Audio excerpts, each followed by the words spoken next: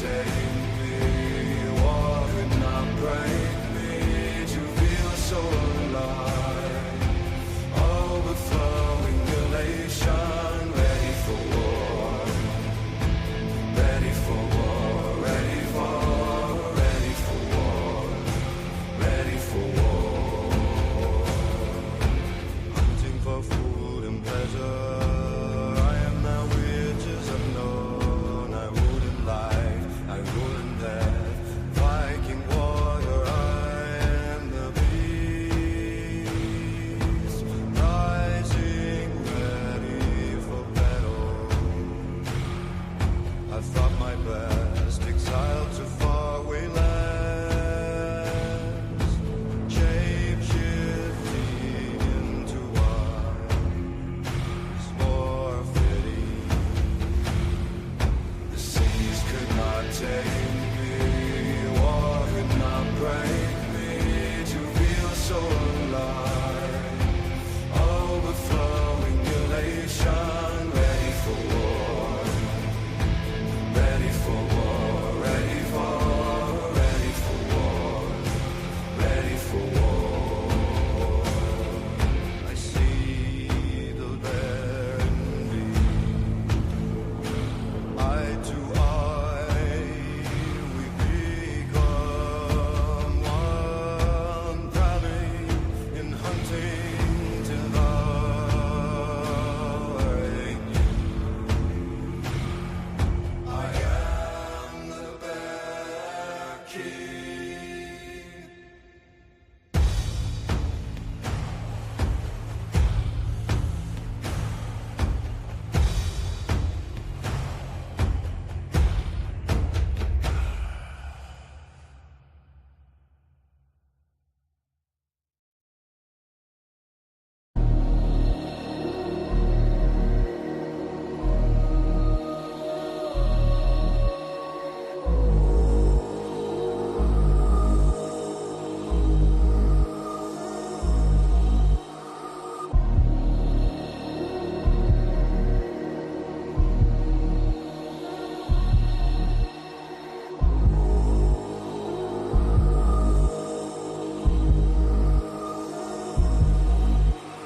Catching a reflection in the mirror of something standing in the corner of my room, watching me, observing me. Is it my imagination or insanity? A strange hum, a flash of light. I'm overcome, nothing but fight. Otherworldly beings taking me in the night. I'm an extraterrestrial hostage tonight. I wanna run, but I can't move. What do I do? What do I do? Where are they taking me? Where are they taking me? I'm an extraterrestrial hostage tonight. I wanna run, but I can't move. I don't feel real. I wake up in my bed. Was it just in my head? Looking at my hand, there's something there. Inside of me, I'm feeling oh so scared. Confusion and nasty fear. It wasn't just a nightmare. So loud, so bright, hypnotizing me figures lost in time. I'm tortured, surrounding me tonight. I'm an extraterrestrial hostage tonight. I wanna run, but I can't move. What do I do? What do I do? Where are they taking me?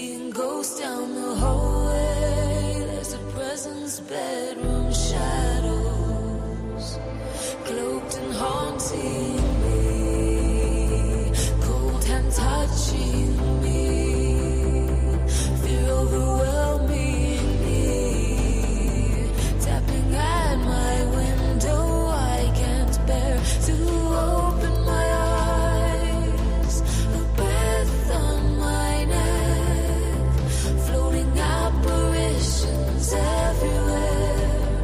Go to sleep with the light on. I wake up paralyzed.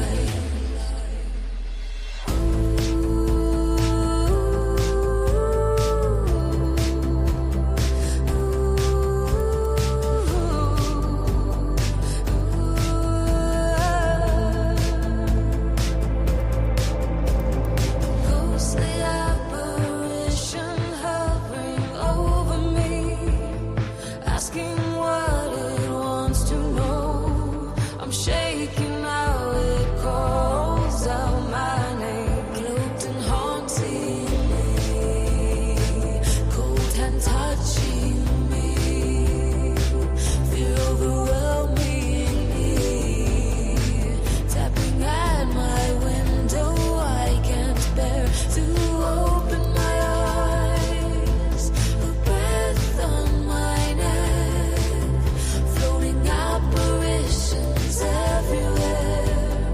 Go to sleep with the light on. I wake up paralyzed.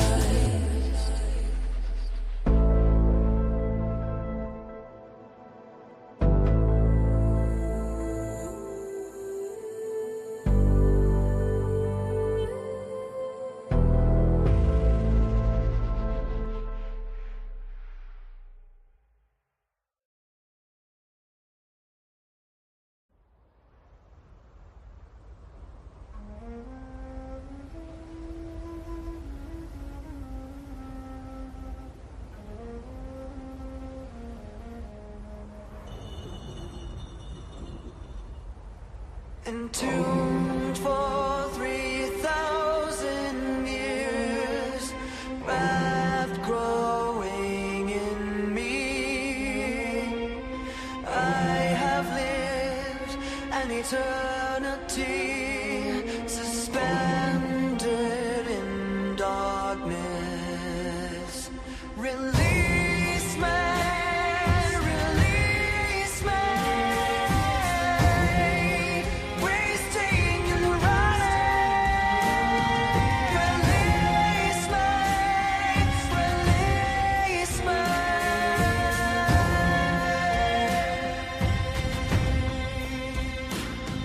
Condemned and bound, the sands of time have run out.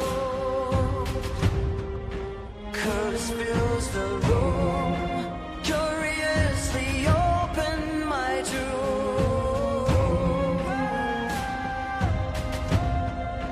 Rising from the cradle of death, my sentence has come to an end.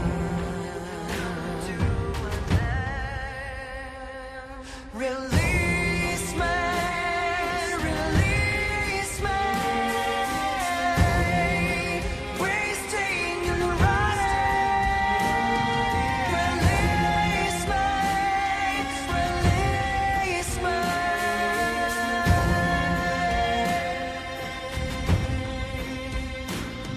My curse is your curse. Death is the gift I bring.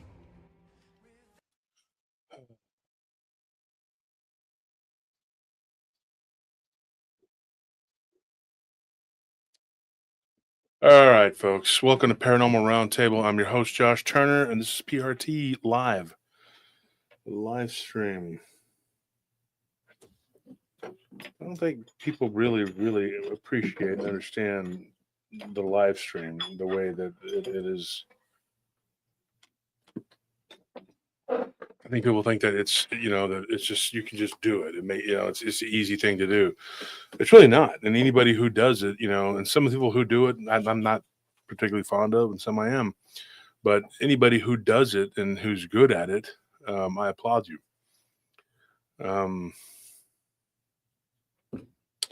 live stream is not. It's not always easy, man. There's no do-overs. If you're on there and you mess it up, you mess it up. So we know at least one Super Bowl participant. We know that it's going to be. It's tied up right now. Bills and the Chiefs are tied up in the fourth quarter. We know the Eagles beat the living crud out of the Commanders. I knew that was going to happen. They shellacked them. I'm sure that the Eagles were salivating when they saw that the Commanders had managed to defeat the Lions. I'm sure they were very happy about that. Oh, God. So we're one breath away from having another Eagles-Chiefs Super Bowl. Yay. Going to Hawaii. Yay. Yay. So we have the 49ers. Over and over. Yay. 49ers and the Chiefs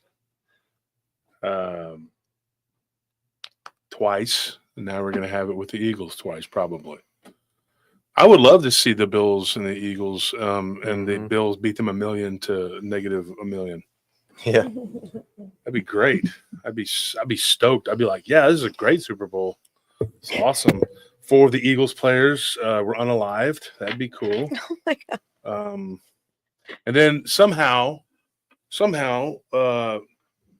of the Chiefs players were actually injured to death too, and they weren't even in the Super Bowl.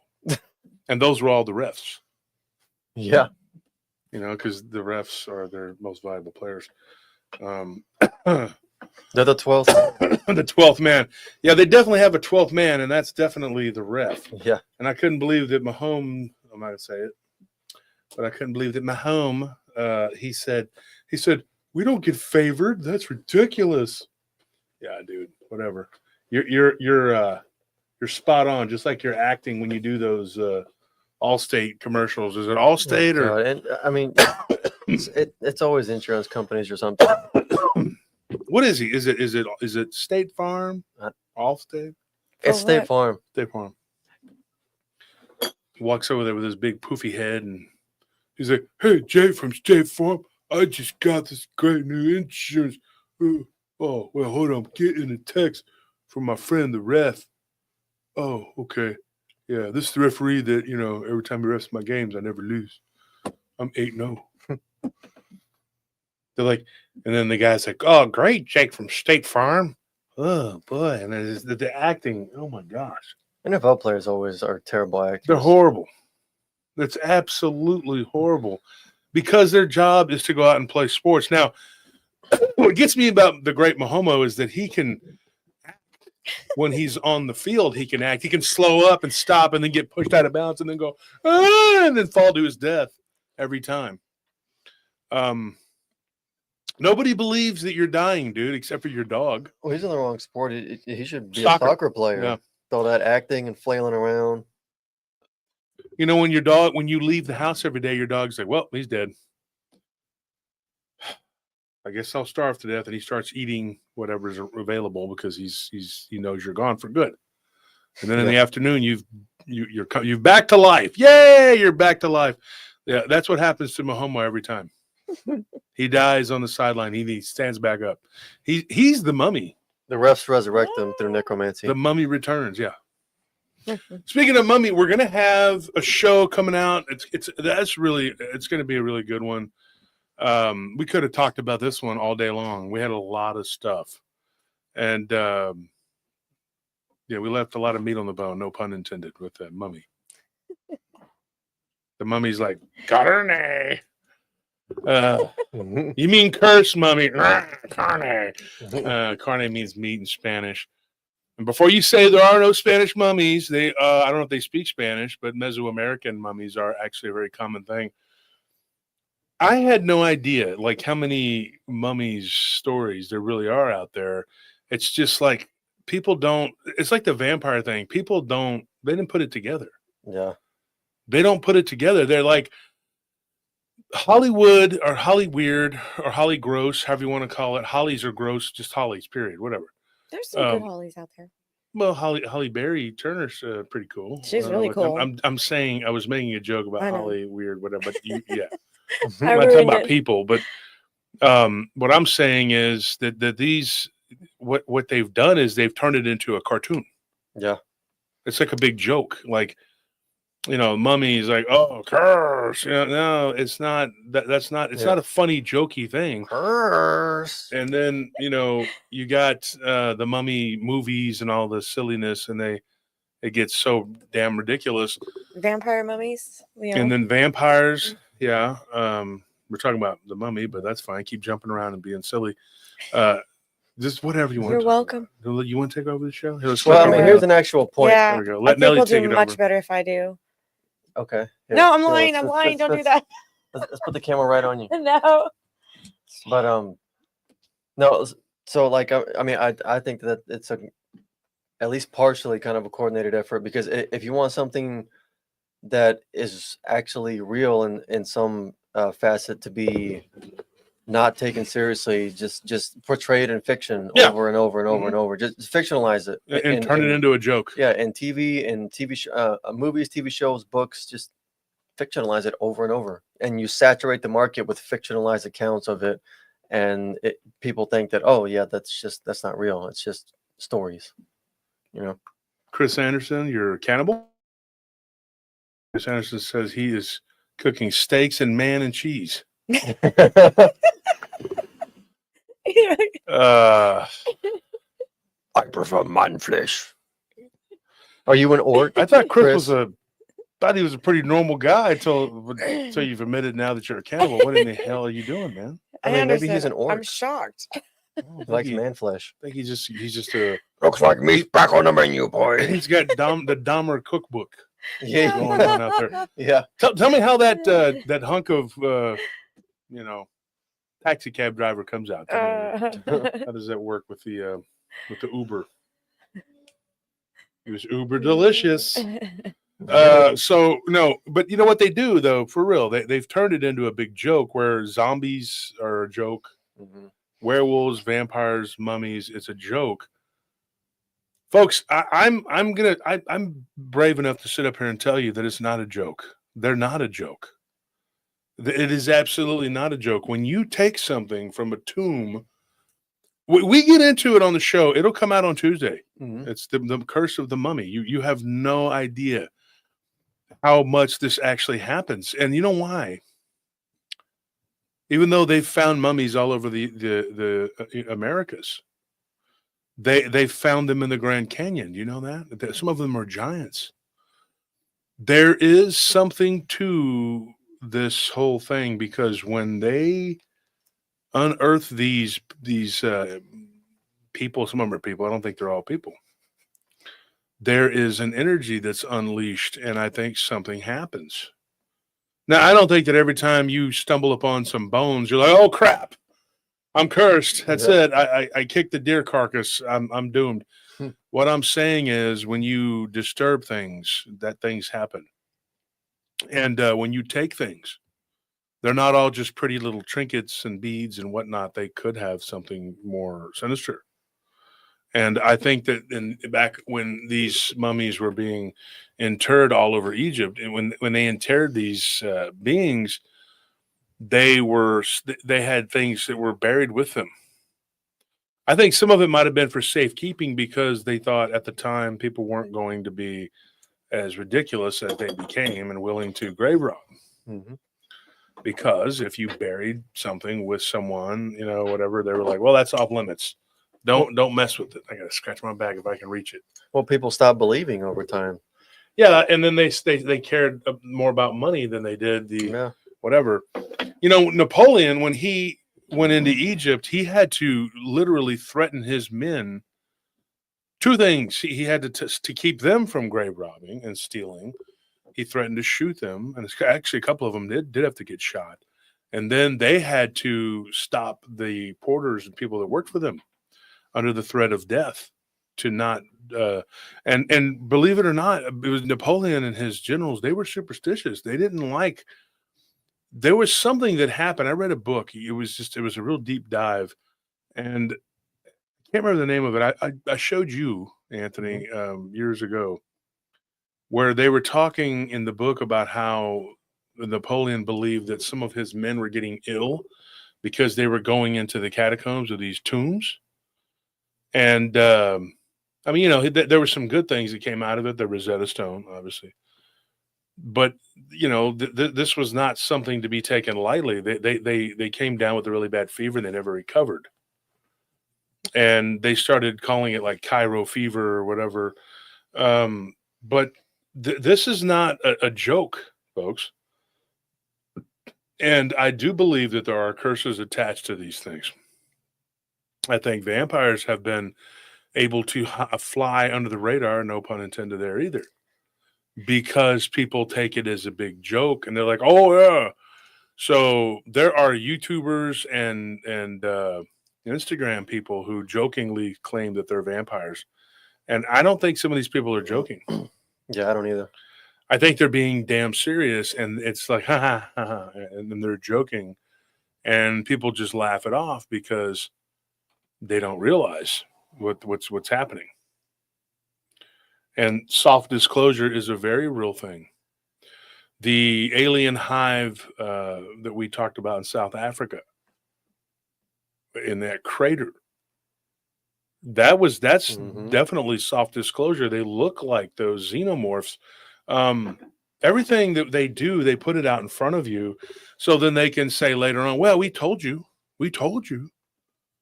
Yeah, you did. But if I came up to you and I said,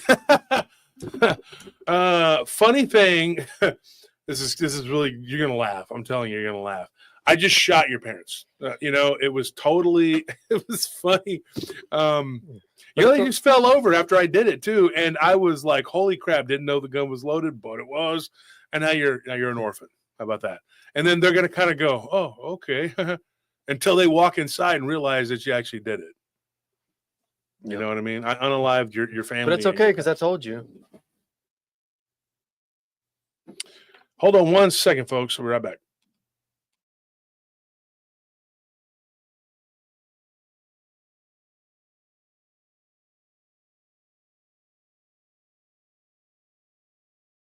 So, yeah, it's all jokey fun and games until, it's not. And I do believe that's what's happening to us as a society. They come out with movies and books, and it's a big joke until they're like, ha, ha, ha, gotcha. This stuff's all real. And I think that people are going to continue to laugh and make a big joke until it happens, until something happens to them. One of the people we're going to talk about tonight was, I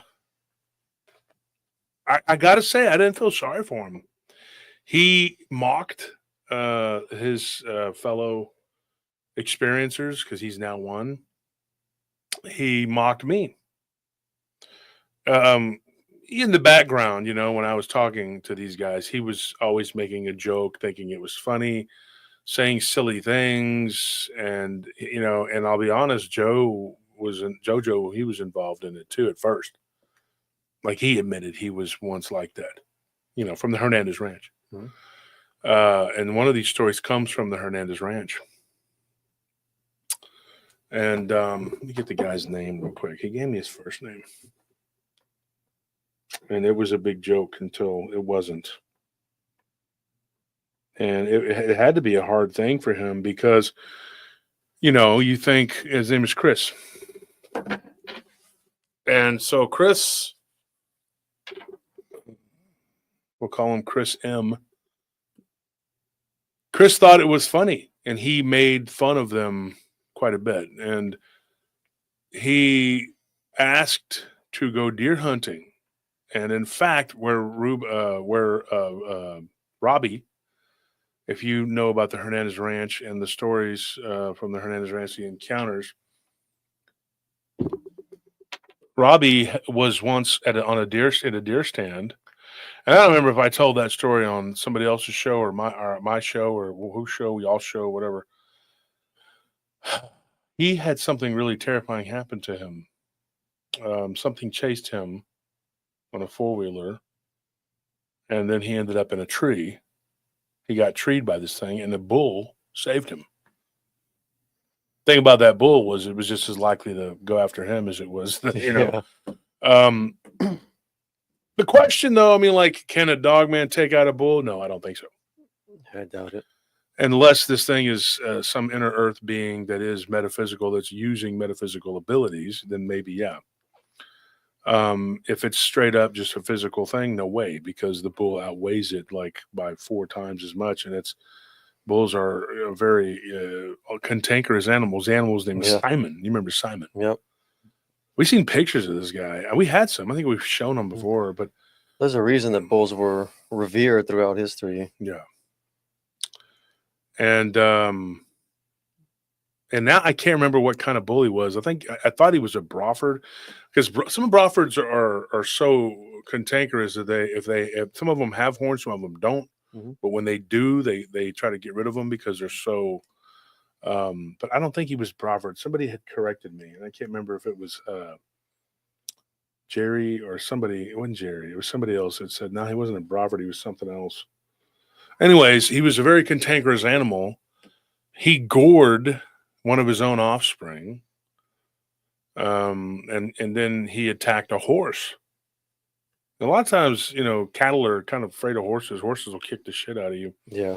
But if a bull is mean enough, he's just not going to be afraid of anything. He killed one of their cattle dogs too. Mm. He was a monster. He punctured the lung of one of the cowboys out there, and he nearly died in the hospital in San Marcos.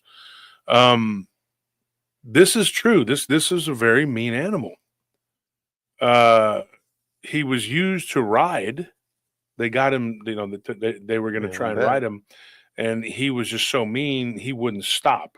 You remember when we were at Bell County and we were watching the bull riding, and they just could not get that one bull out of there, so they had to bring another bull in to make him kind of fight him. Yeah. And then even that didn't work, and that bull ran out, and that bull just would they had not another leave. bull. They brought in a dog. Just everything. He was one of those ghost-faced bulls with the black eyes. Yeah, I was gonna say, like, there's something about those ghost-faced ones with the white face when they're black everywhere else. They're just mean. Mean. Gotta be some kind of genetic marker. Hell. And so, yeah, Simon was very much a legendary animal. Everybody in the county knew that he was mean as shit. And one time he got loose. Well, he did it a few times, but he got loose, and he was in the neighbors' and he was chasing their cows around. And so instead of shooting him, the neighbor said, look, hey, man, pay for this damage and get this bull. I know he's your prize bull, but he's so damn mean. And he's attacking, my animals. And when the police came out, the sheriffs came out there, he ran up and knocked their SUV like an Explorer, and it went up on two wheels. This dude was a bad dude. So yeah, the Dogman laid low and waited, So anyways, that story is a pretty powerful story.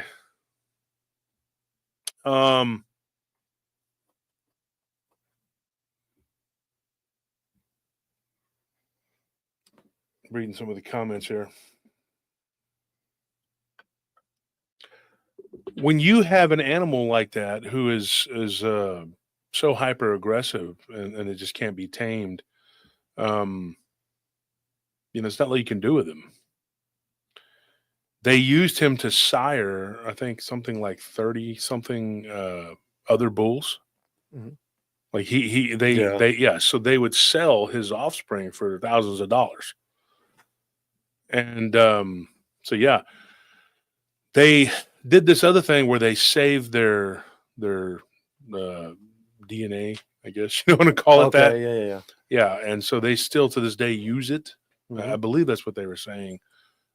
He's been long gone, but he's still siring animals. But when he was alive, he sired 30 bulls and something like 60 cows. Dang. I mean, it was unbelievable how much his offspring. And so they were highly prized. And in fact, one of my cousin's cousin bought one of them, one of his sons, and that dude is a bastard. They named him Red Rock after the Lane Frost, Red Rock, whatever. Yeah. But wasn't it Bodacious that killed Lane Frost? Was it Bodacious or was it Red Rock that killed him? One of them. Bodacious sounds more familiar, actually. He rode both of them. One of them, though, was one that killed him. Anybody know? Lane Frost? I don't know. But anyway, they named him Red Rock, and I've seen this bull, and he's not that far from where I live, and he is a massive and mean-spirited animal, just like his dad. And it doesn't always happen that way. Like, look at Panzer. He's the most gentle, laid-back dude, and his dad was an evil, mean-ass cat. He was an attack cat. Yeah. He started shit with me one day over there, over at Palo Santo, and I'm walking through there, and he's over there like, I'm like, whoa, what's going on here? Are you talking shit or what's? I put my hands up, what was happening? And he's like, and I'm like, all right, what are we doing here? We going from the chest up or what? So he's a pretty tough dude, man. You had to be careful with that dude, man. I think Dorothy and Lolo said taking care of business was the bull's name. Oh, the Bills are well. Whether the game's over or not, if you're tied with the Chiefs in the fourth quarter, it's a foregone conclusion. Yeah, you're done. It's done. It's not going to happen. You're not going to win. Chiefs win. Just phone it in. Well, it'll be good though, because then the Super Bowl will be way less watched, and it'll maybe teach the NFL a lesson, if that's even possible. Yeah, I doubt it. I'm not so hopeful.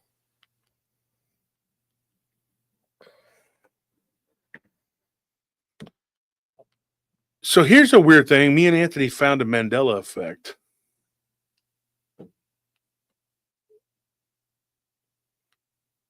Yeah, and I went back and tried to, like, I don't know, disprove it, or like see, like, maybe they actually just changed their name, but no. It's backwards. Yeah. So I'm not going to say the name of the place because it's an advertising agency that we're going to use to advertise, but we were looking for it and it was backwards, and I'm going like, dude, we've seen this 1,000 times. Mm-hmm. How can this be? You know, like the bull taking care of business. That to me is a Mandela effect, because I remember it was Bodacious. I thought it was Bodacious because he rode Red Rock, and I thought it was Bodacious that had killed him. And now it's taking care of business. I don't even remember the name. I'm a bull riding fan, and I've never even heard of the name of this bull. I thought it was Bodacious, but apparently it's not. Apparently it was that one. I don't know. That's weird to me, man. Yep, DN Ash. Yep, me too. So if you pay attention, if you're on Patreon, listen, folks, if you're a Patreon member, listen to what I'm going to tell you. Dorothy says that Bodacious hurt Tough. That's Tough Hedeman, yeah. I thought he rode Bodacious to try to get him back for killing Frost. I thought that's what it was. But anyway. What is the score to the Bills game anyway? But if you're on Patreon, then look at the messages I posted last night on the Patreon. Monday, which is tomorrow. Okay, and I got some stuff to do tomorrow. I got to record tomorrow with Monica Rollins. Game's over. Chiefs won by a field goal. I wonder how much the refs helped him on that one. So it's over then.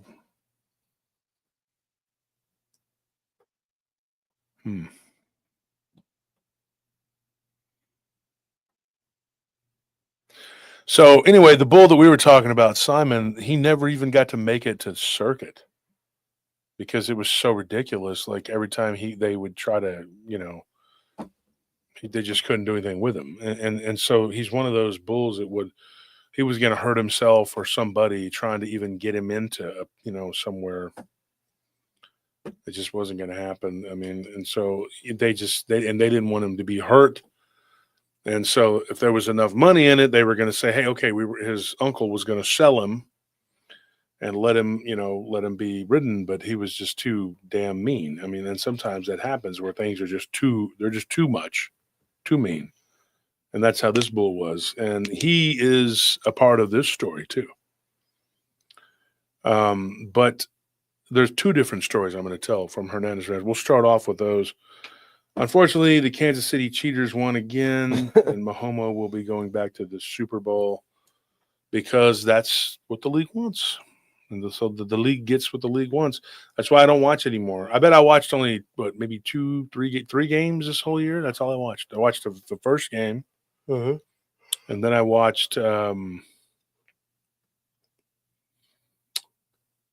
Texans play 2 or 3 times. I can't say I didn't watch. I watched one Bucks game. So that's 1, 2, 3, 4, 5, and then I watched about 4 or 5 games. I watched one Cowboy game all year. Time to go, Jerry. It's time to go. And I'm sick of the NFL, the National Fixed League, and I hope everybody turns away and doesn't watch whatever. I'll always like the Bucks, Raiders, Cowboys, and Texans. But my teams aren't going to do. They're not going to let them do anything. So what does it matter? This is what's sick to me is that they're cheaters. Goodell is the worst, in my opinion. He is the most crooked, most dishonest, worst commissioner that the league has ever seen, and he's over there turning it into a circus himself. And I think Jerry Jones and a few of the other owners are in on it. They don't care as long as they make a lot of money and they put out a subpar product that they know that you'll buy. So for the Cowboys, I refuse to buy tickets. I've never went to a game anyway, not to them, and I don't buy any of their merchandise anymore. I quit. Period. I gave up. So you're going to keep getting the same crap. You're going to get that now. Here we are with the Chiefs and the Eagles part 2. Who the hell wants to see that shit? Goodell, spoiled rich man's son. He's a member of an elite group of people who's never really had to work a day in his life, and he tells us what to do. But you don't have to follow with that. You don't have to do it. You don't have to watch the game. You don't have to do anything. You can just not do it. So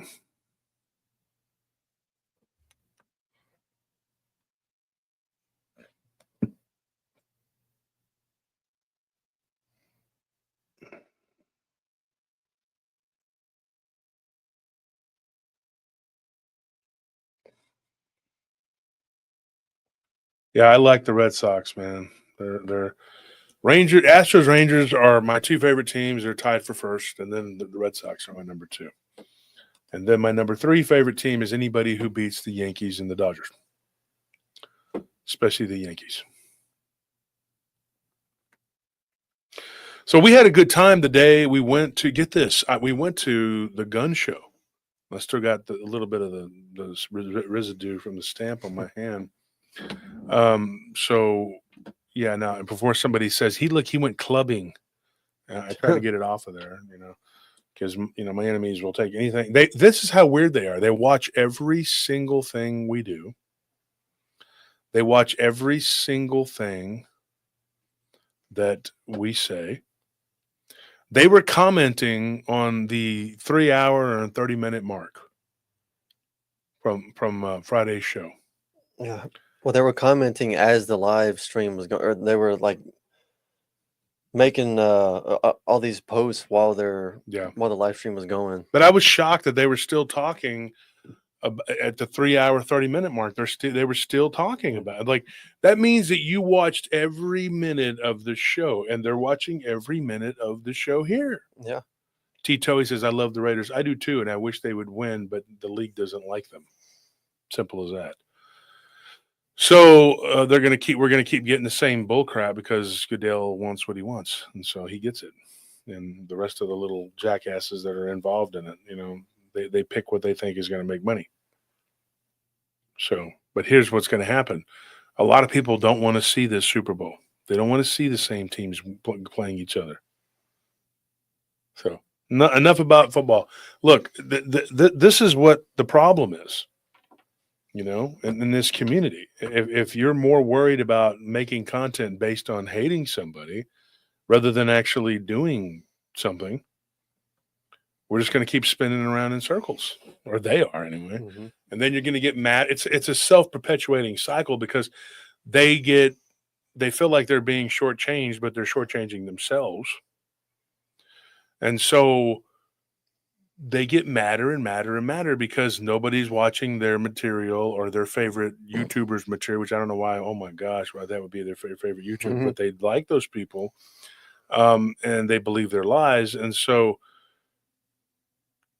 it just keeps getting worse and worse and worse and worse. If you care about these people, tell them to stop and just go on about their lives. You're wasting. Am I really worth all that? I don't think I am. Thank you for that. First donation of the night, Jamie. How do you say your name? Rogelio Rochin. Thank you for that donation. And we are going. I'm going to be speaking on the 29th at the Symposium of the Strange. I'll have autographed books there and some merch. So show up. If you happen to be a Patreon member, show up. I'll give you some free stuff. If you happen to be a member, and your name is in green, I'll give you something free. Just show up. Just show up. And I'm going to be speaking, and it's going to be a good time. A lot of my friends will be there, and it'll be cool.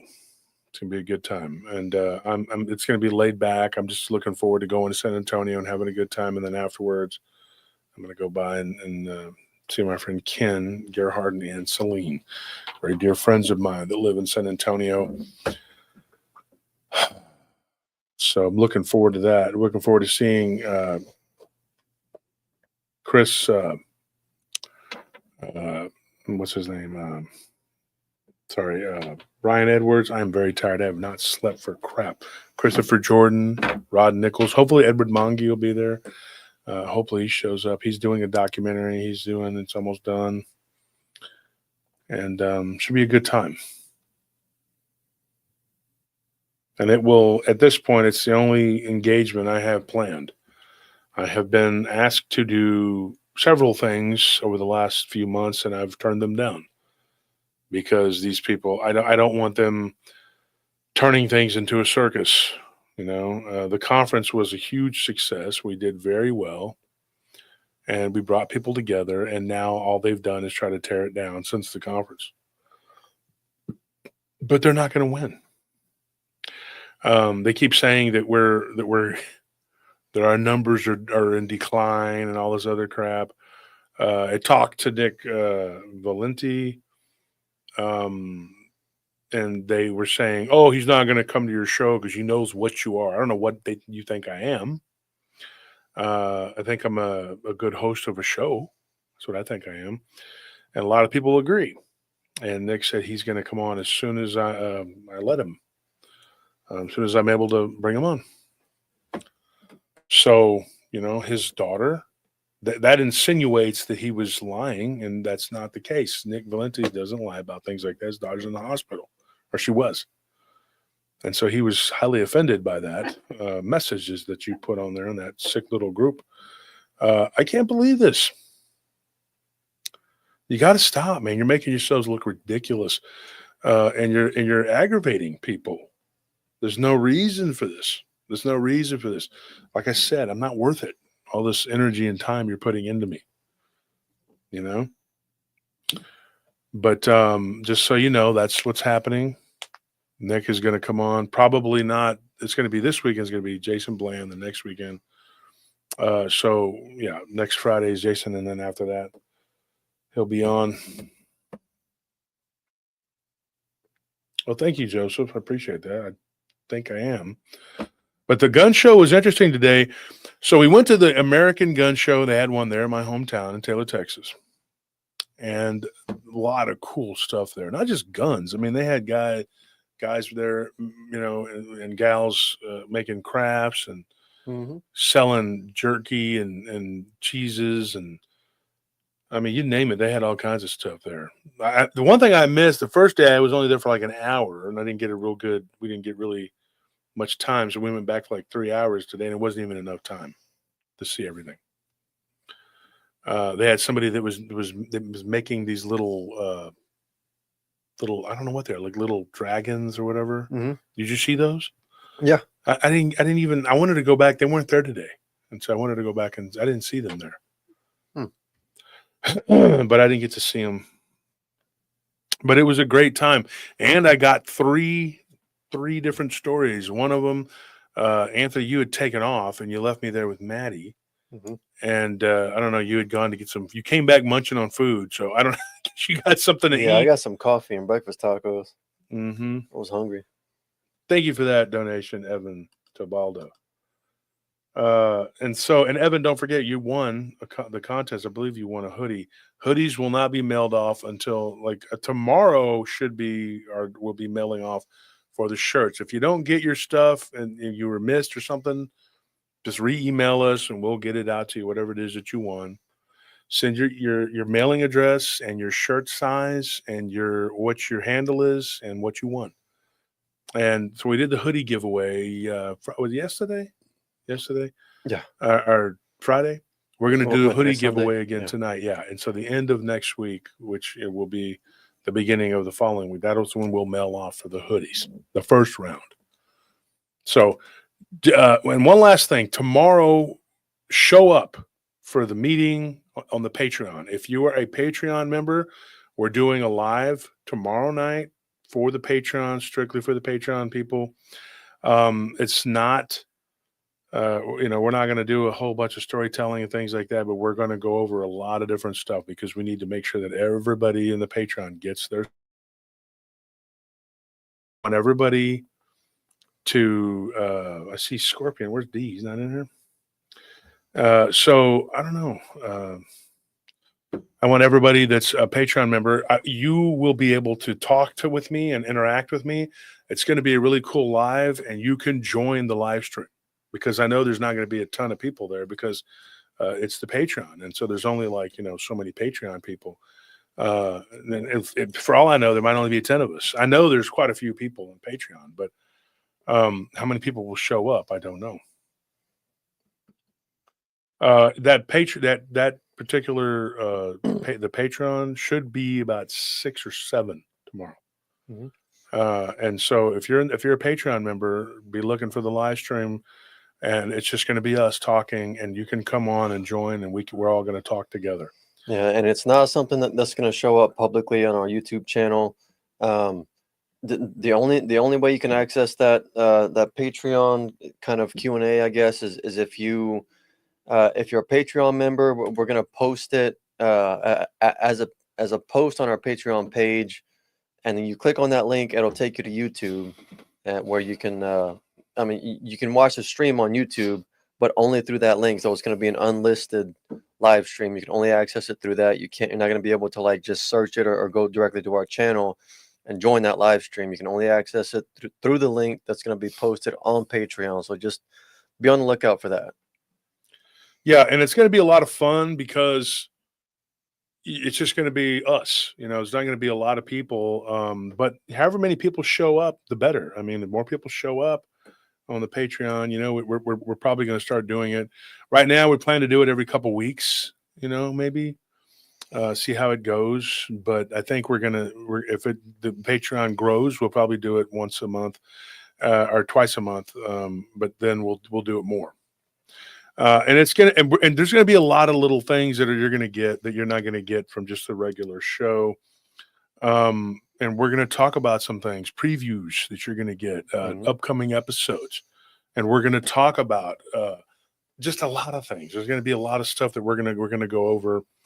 Our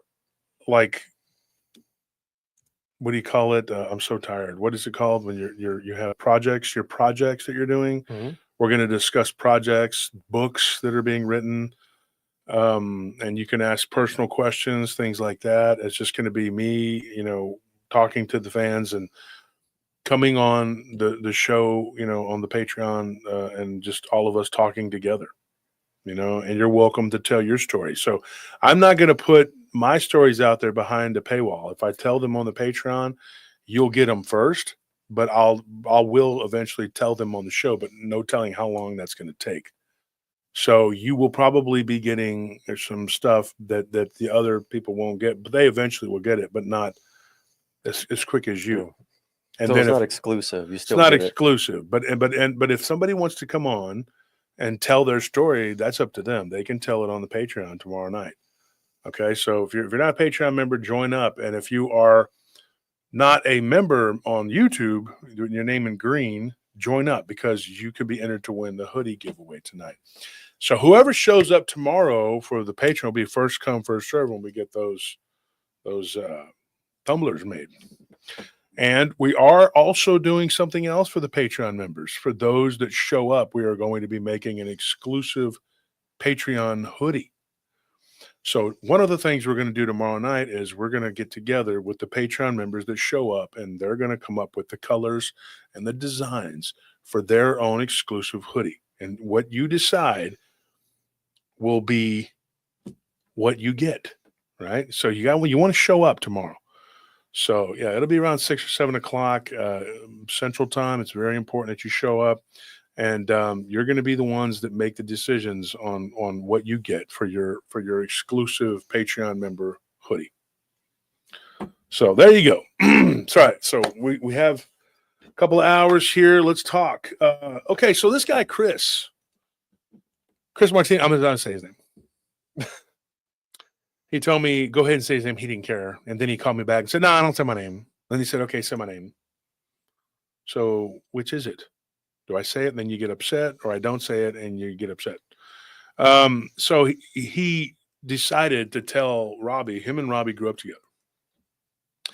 The whole time all of this was going on with the Hernandez Ranch, he made fun of it. And he even ran afoul of Noah. Now, if you know who Noah is, he's a very prominent, and this episode is not continuation to Hernandez Ranch because we're going to talk about some other things too. But I'm going to give you at least one of the Hernandez Ranch stories right now. He literally laughed in their face to the point where Noah put hands on him. He told them to leave his property. They were over there. They were moving some stuff. This guy, his brother used to barrel ride rodeo. So Noah's land right there was real flat. So they had some barrels out there where he could ride because it's the hill country and a lot of the land isn't that flat. But he did have a flat piece of land, and they were coming on there with their horses and riding. Now, you got to think about it, though. It's like living in a haunted house. I lived in a haunted house a couple times. It's not like every 5 minutes, there's a ghost, there's a spooky ghost. It didn't happen like that. It's not like the Amityville where it just is always constantly. Now, I've heard of places like that. I personally have not seen it that way. I've stayed in a couple hotels where something was right there front and center. I saw it. And Scorpion's in the chat. He can tell you he's seen it too. So has D. So has Anthony. We've all witnessed these things.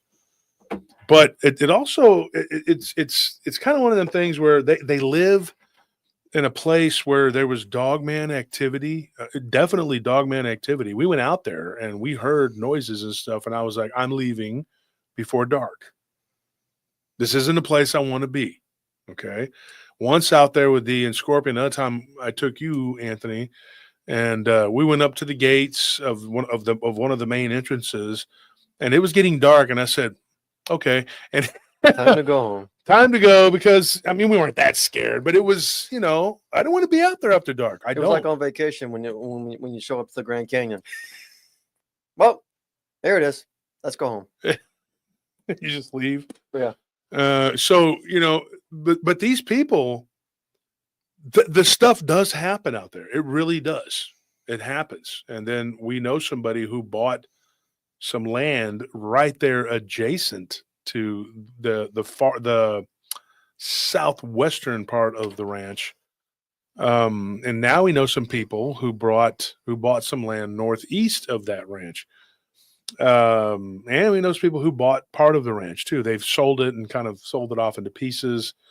And so this guy, Chris, he went out there to with his cousin because she was into barrel riding, and he began to mock playfully with Noah. Noah's not a person that does anything playfully. Yeah. I'm not going to say he's an a-hole, but he could be, if he doesn't know you, even if he does know you, he can be an a-hole. He's very much kind of a reclusive person. let's put it this way. The first time I met this guy, and I have no fear because he didn't watch the show. He doesn't watch TV because it controls your mind. I mean, he's not too far off base. He's not wrong. He's seen too many Dogman. Let me tell you something. He comes out. Let's say this. He comes out wearing a pair of combat boots. Mhm. He's in his underwear, Mhm. right? And he's wearing a wife beater and his dog tags, and and a beanie because you got to keep your head warm, and gloves. I mean, that's pretty cool, actually. It's his house. He Armed to the teeth. yeah. And he comes out with dragon's breath, these Yeah, rounds, and and I'm just like, and he's like, I just got one question for you, and I'm sitting there, and he goes, "Are you a leftist? Are you a communist? Is that what you are?" And I'm like, I'm in the truck, and I'm like, because if I answer wrong, I don't know. This guy's holding a rifle. I'm like, no. And he's like, okay, good. All right. He goes, get out. Come on, y'all get out. Come on, move. Let's go. And so we're getting out, and he's like pads us down, and he's like, hey, come on, man. You're naked, and you're touching us. And, it's a reason for this. And he's like, you can't be too careful. And he's out there like, out here, he's kind of that way. And his family knows he's that way. They know he's that way. After you sit down and he forces you to drink moonshine, I coughed a little bit, and he was like, what a sissy. And I'm like, dude, it's literally one molecule from turpentine. Okay, literally, and it burned my throat. Just turpentine and honey. I'm a sissy. He admitted, though, that I was strong. I lifted one of these big barrels up over my head. He was shocked at how strong I was. He goes, you're strong, but you're still weak. That kind of guy. He's not going to give it to you. That you're. So he's a character. He's a character. He has seen and fired upon these Dogman creatures multiple times, claiming to have shot one that tumbled down a ravine, a ridge, and then fell into the water. He saw it get up and just heal itself and go on its way. That's what he claimed. Now, is this true? I have no idea. I don't know, because nobody out there really knows what the hell is going on with these things. But Chris decided to taunt him and say, yeah, okay, whatever. And Noah kind of gave him a little one of those, low love tap. Now, they've known each other's family for years. Chris was like, he goes, dude, that guy's so crazy. He's like, when I went back and told my dad and my Theo, he goes, my Theo's tough guy, ex-con, been in prison for 4 years. And he's like, oh, well, he didn't get all up in arms. Like, I'm going to go and deal with this guy.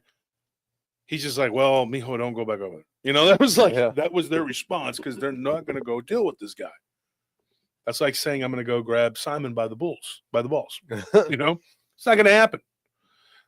So he says, Robbie, he goes, you tell your little amigo what happened to him when he went out there to the deer stand out there in that holler down there. The dark holler, as they call it. And so nobody goes hunting out there. First of all, nobody's ever shot anything but hogs out there. There's no deer. The deer are smart enough to stay away from it. And he goes, why would I go out there? He goes, there's just it's literally an abandoned deer blind. Mm-hmm. Right? He goes, go out there. He goes, I'll give you $200 if you just go out there. He goes, just go out there for a few hours. And don't want to know his only friends. This guy they call Fuego. I don't know why they call him that. That's just what they call him. And he's a little sleepy dude. And he was wandering around out there when I was out there. I don't know what his job is. I don't know what he does. I really don't. And so I was just like, who is he? What does he do? And he's kind of like, how Speedy Gonzalez has Sleepy Rodriguez? Yeah. That's kind of what I thought of these two guys. I was like, well, this is but I'm not making fun. I'm just being honest. I don't know. And the guy's like, hey, senor, you want some tequila? And I'm like, no, I'm good. The turpentines made my stomach. I'm full. I'm good. Full. But he's an interesting character. He's one of his only friends, and then one of his cousins that comes out there. And he kind of reminds me of what's his name? Abe's cousin, Jesse, from Mhm. Spiritual Encrypted Encounters. This other guy, not sleepy guy, but he's, he comes out there and he's like just real laughy and boisterous or whatever. He was fun to be around, but kind of uneasy around Noah. He's a little unnerving. And he says, look, man, he goes, I told this kid, I said, go out there and he goes, I gave him some Jack Daniels. And I told him, go take that bottle so you have some courage. You're going to need it. He's like, I promise you. He's like, I promise you, ese. He goes, you go out there. Take a blanket and a pillow. Go meet me out there. Sleep, Since you're so brave. Like you're a badass little chavalito. Go and hang out in the dark holler. And Noah tells him, I don't even go out there. This guy was like, he's a tough guy. He's a vet. He's tough. Scary guy. And he tells him, he's like, always bragging about the Viet Cong. I did this and I did that, and he's an older guy, but he looks 10 years younger than his age and still in very good shape. He still works out, even though he drinks a lot. Some people are like that. And so he tells him, he says, go to the dark holler. And if you can make it out there, he goes, just go out there and stay from like 8 p.m. until midnight. He's like, and then I'll come out there and I'll get you. I'll come out there on the 4-wheeler and I'll pick you up. He goes, and I'll give you $200. So Chris, he tells me this story. He says, I said, Chris, what happened when this whole thing went down? And he says, look, he said, I didn't believe any of this shit. He's like, I've been running around out in those woods. I've heard weird howls and noises and stuff. He goes, I even thought I saw a Bigfoot one time with my girlfriend. He's like, but so what? Bigfoot won't hurt you. That's what he said. I said, Bigfoot won't hurt you? Really? Even the beef jerky commercials show that he will. I mean, come on. I told him, I said, there are a million things that whatever is out there will do to you. There's a million ways that a million things will do things to you. And I told him, I said, that's not true. He goes, well, I know that now. So this is what happened. He goes out there to the dark holler. He doesn't get a 4-wheeler so he can run away like Robbie did. No, he gets dropped off by Fuego. And Fuego's like, adios, senor. And it's like leaves. And he goes, dude, the guy smelled like a distillery. He goes, I get out.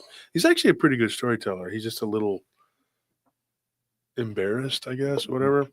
Plus, his wife is very, very superstitious. She had a run-in with a bruja down in Corpus. And she's got a scary story.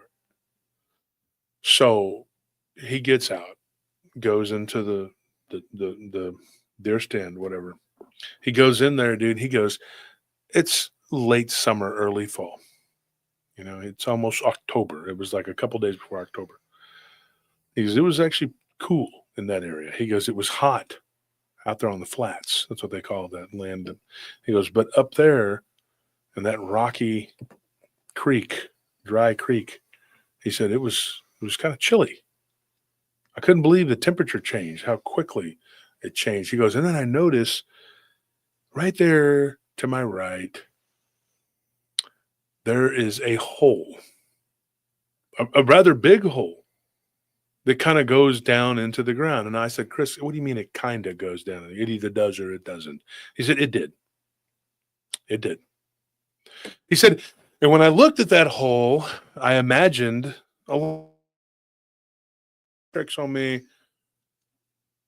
He was like, I thought something was going to crawl up out of here. And you got to understand something. And the way he talks, he's Hispanic, he's Mexican. He doesn't talk with any sort of accent at all. The feed looks like it's starting to. Yeah, it looks weird. It's kind of messing up. The heck there. is that? Hang on, I'm gonna check on it. Great. Can y'all hear and see me, or is it messed up? You're freezing, they said.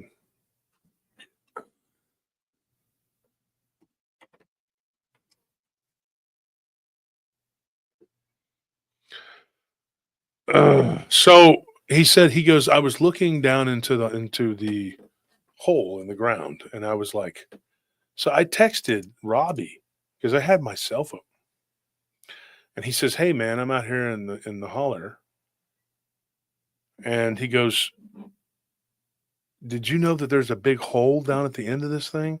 And Robbie says, yes, that's why we don't go there anymore after what happened to me. He says there are things that come up out of that hole. He's like, they don't really wander onto Noah's property anymore. They'll go to the fence line, but Noah's done a pretty good job of keeping them, and Noah's property is kind of the vanguard for the rest of the property, which is good. It keeps, because with him there, they don't really go beyond, they have to go around him. Mm-hmm. Because he's always outside. The guy like lives outside. He's got a pretty cool place. Like I noticed, like, I know he was trying to do some remodeling, but then his nephews told me he's been remodeling for 30 years, so it doesn't really. But he has like this screened-in porch, and it was nice. We were impressed. I was like, that's nice. You got a little, and he sleeps out there all the time until it gets too cold, and then he has like this wood stove heater or whatever, and so he's out there like shooting at these things. But he's not stupid. He's not stupid. He also likes to shoot at them with shotgun shells. He mixes silver into the pellets, which is smart. And so he believes in this stuff. He walks the property, he rock salts it, and he puts holy water out. And I told him about the Saint Benedict. He went, he got it blessed, which is smart. He has it, he wears it. So he's not an idiot. He's not an idiot. He was a sergeant, in the Marine Corps, and this guy, he's a pretty tough guy, pretty smart guy. So this dude, he goes out there and he's in the holler. Chris says, he's like, I hear this sort of whistling noise, like a bird or something whistling. And he's like, and I'm looking around in the trees. He goes, I don't see anything. Then I feel this nice breeze. It was welcome, from the heat. And he's like, I don't see anything. He goes, and then I hear this. And then again, I don't want to whistle into this because it won't work. It'll sound like nothing. Okay. Do you know what I'm saying? Mm-hmm. I'm not you, but them. How do you explain it? Like if you go too loud with this thing, it won't pick it up. Yeah. So he whistles again. The bird whistles. So he goes, immediately I thought of like Lechusa. You're not supposed to whistle back. We're taught as children when you're a little bitty child, when you're a little bitty, a niño, you don't whistle back at these things. You just don't do it. Mm-mm. And so he says, I'm sitting there going like, this is something, I could see the trees move, He goes, and then he goes, I'm looking down at my phone and I see like in the corner of my eye, something to my left move really quickly. And then I look up because I hear and there was something large flew out of that tree. He goes, it was humongous. I said, oh, like an owl. Sometimes when I'm talking to people, I know there's something weird there, but I still have to say, it's probably like an owl, right? He goes, no. I'll let them say it. He goes, it wasn't no owl. I don't know what the hell it was. It was big. But whatever it was got out of there in a hurry. He goes, so then I just lean back. He goes, and I look around and I see in the corner this huge spider. I was like, oh, shoot, was it a widow? He goes, no, nothing like that. There was a big banana spider up in there, He's like, I'm looking around on the ground. I'm worried about spiders and scorpions, or a snake, But he goes, there's just a spider in the corner, nothing, And this was what was weird. He said, you could hear this, these cicadas, and you could hear the crickets and everything. And then all of a sudden, there was no noise. The one companion he had, other than the spider, was up in that tree, and it was gone. It took off. And he goes, and that freaked me out. It was creepy. It was like something really large up there, but whatever it was got spooked. He's like, and then he goes, I look over in the corner of the deer stand. He goes, and you're not going to believe this. The spider was gone. He's like, it's like this thing took off and disappeared. He goes, then I got scared. I go, what did you think it was going to get on you? And he goes, no. Like it ran away. Like, you know, like every bug stopped, and even the spider that was in the corner. This is what he said. He goes, it was crazy. Like it took off. And I said, you're joshing me now, Joe. I said, you kidding me? He goes, no. I was all alone. He's like, I'm looking at my phone. I'm looking at my watch. And I can't stop looking, you know. I'm over there. He has one of those, you know, Apple watches, whatever, fiddling with it. Yeah. Uses an Apple phone. What kind of man are you? Yeah. No wonder you're scared. I'm joking, Chris. You're not a sissy.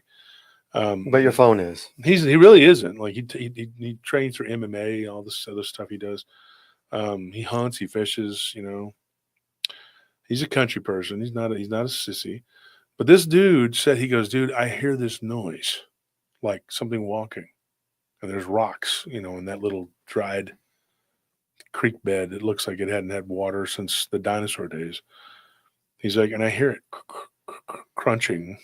He goes, and I'm like, and I'm looking. So I start texting my friend, you know, Robbie, Noah's nephew, the youngest. And he says, dude, is this place really haunted? And he says, haunted? Maybe. He's like, full of werewolves? Yeah, laugh out loud. And he says, but seriously, this is the text he got, but seriously, you should leave. You shouldn't be there. He texts him back and he says, I can't leave. I'm deep out in here, you know. It's dark. Mm-hmm. And he said, okay, if you can't leave, you know, why is that? He says, well, your uncle said he's going to give me $200. If I stay, he goes, it's not worth $200. Go ahead and get out of there. Then he tells him, he says, dude, I just heard a growl. Here's the funny thing. He's like, I'm going to tell you the truth, Wolf. He goes, I texted this to him. Get this is weird. He says, I texted this to him before I heard it. Right? Mm. And I was like, kind of like scratching my head, you know. I mean, yeah, I talked to this guy on the phone. I said, Chris, I said, wait, what? You texted this to Robbie before you heard it? He goes, yeah. He's like, I don't know. I guess I was lying or something, you know. He goes, I said, well, are you lying now? He goes, no. He said, because right after I texted it, I heard something kind of sliding up against the wall. And then he goes, and then I heard a scratch, like, and he goes, whatever it was deliberately trying to scare the crap out of me. Mm-hmm. He goes, Wolf, I was shaking like I was freezing cold. He's like, and I was like, well, you know, like I couldn't talk, you know. He goes, I was like, who's there? And then he hears this growl, this like that, like. And he says, dude, whatever it was right on the other side. Just right on the other side of that, you know, like there's the window right there. Mm-hmm. He goes, it was just right there.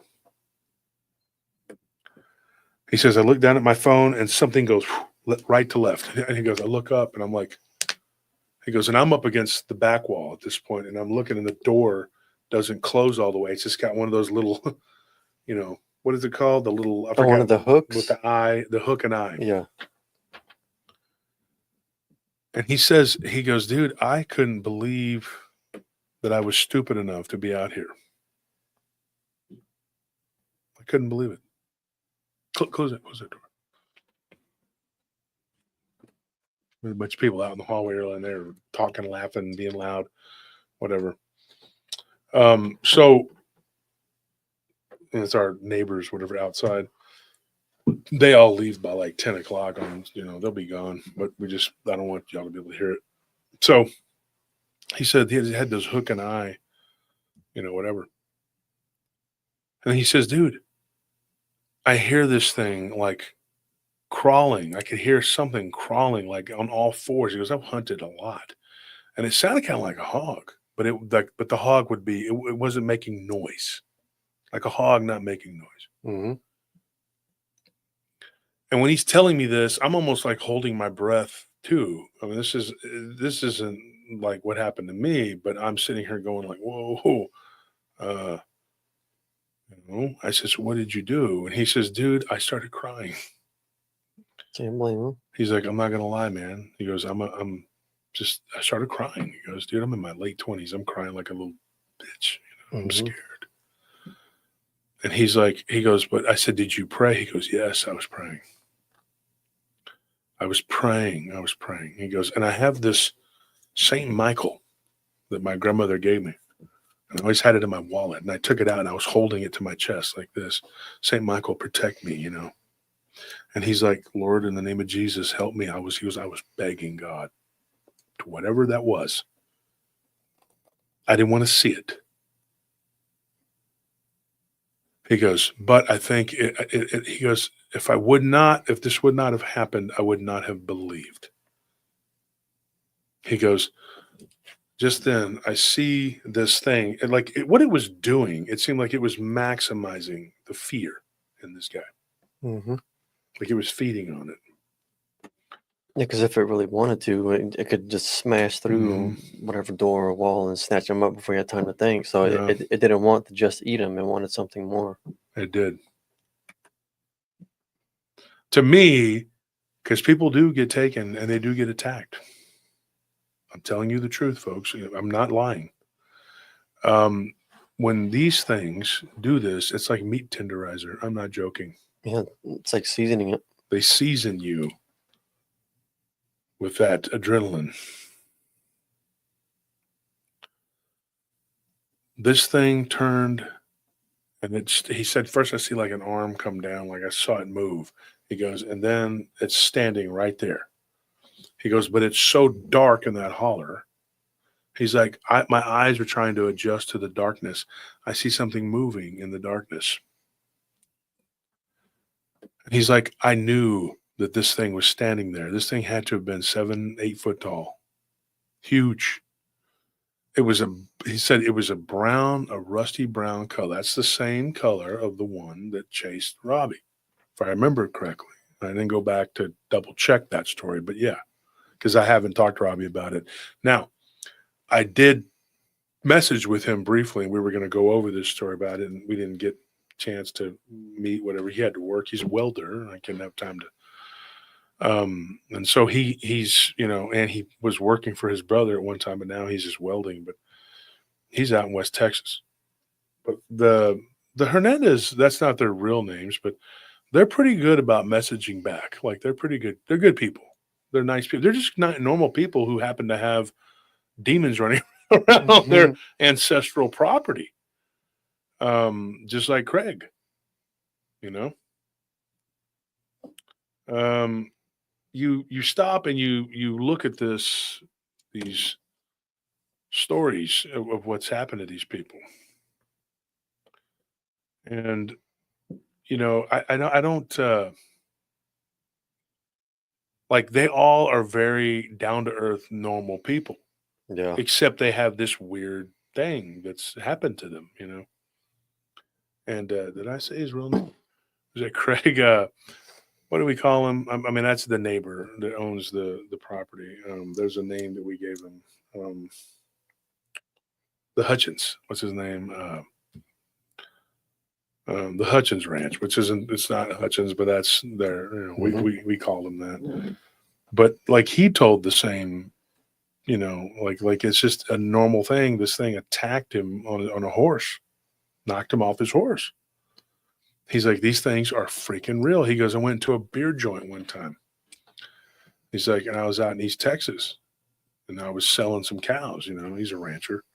He's like, I got into a full-on fist fight with two guys because they mocked me. And I got so mad it almost turned into a gunfight because these guys were talking so much crap. He's like, one of those guys went out to Broken Bow, I think that's is that New Mexico? I think it's New Mexico. Look at us, either New Mexico or Arizona. Okay. And he went out to Broken Bow. And when he saw the guy again in Ruidoso, the guy says, "Hey man, you know, you walloped me pretty good when we were out there in East Texas near Beaumont." And he told Craig, he said, "Dude, I apologize. I had no idea that these things were real." He goes, "I was near Broken Bow, and one of these things ran out in front of my vehicle. And shortly after that, I ended up with a flat tire. And this thing tore through the back and pulled out two of my calves. He's like, I believe you. And I deserve to get punched in the face for mocking you." This was a guy that was so angry that he wanted to go and not him, but his buddy wanted to go and grab a pistol because they were drunk. Oklahoma. There you go. It's Broken Bow, Oklahoma. Yeah, I was gonna say that's the only place I found it. It's Broken Bow, Oklahoma, southeastern yeah. Oklahoma. So that's what ended up happening. That happened in Broken Bow. This was a cowboy. Well, they were down in Beaumont, and he'd known for a while, but they weren't like best friends or anything. And Craig said this guy was mocking me. Shane, that's his name, Shane. But and Craig's not his first name; that's what he goes by. But Shane, if you remember him, and that's what happened. Shane beat this guy's ass, and down there in Beaumont. And his buddy, who was from Orange, Texas, was there. And he was, and so he broke it up. And then Shane punched him, not really trying to. And it ended up getting into a fight over what he saw because they were teasing him and making fun of him. Because he had to tell one of these guys, "Look, I had 6 calves, yearlings, and one of them got snatched up by a wolf." Mm-hmm. And this guy from Orange said, "Ain't no wolves in Texas, boy." And anybody knows there really are. Mm-hmm. There are.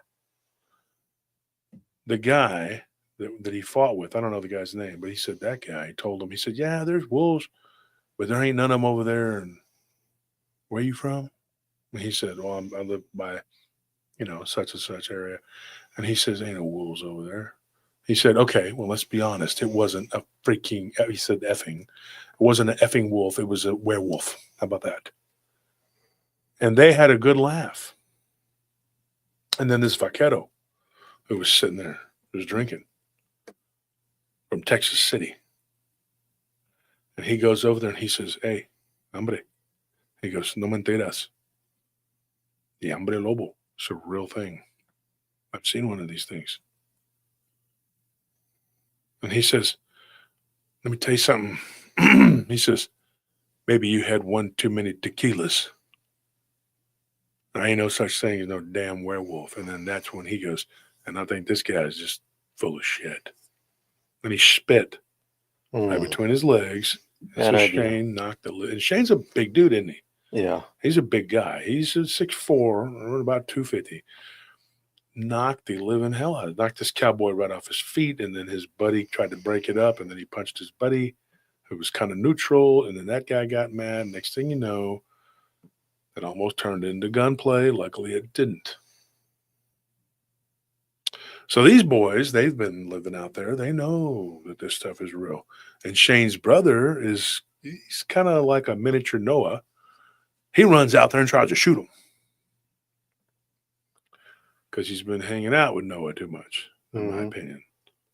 He's a little unhinged too, right? Yeah. And I don't blame them. They live in a freaking war zone. You're trying to raise cattle and sheep, and they're being devoured by creatures. Yeah, you're gonna lose a little bit of your sanity. It's like you gotta cut them some slack, And then when you tell someone, Rita Burnett, thank you for that donation. It did not go unnoticed. Greatly appreciated. Thank you so much, Rita. We love you. You keep us alive. You keep us going here for the show. Really, you really do. You and Toei and all the other people who help.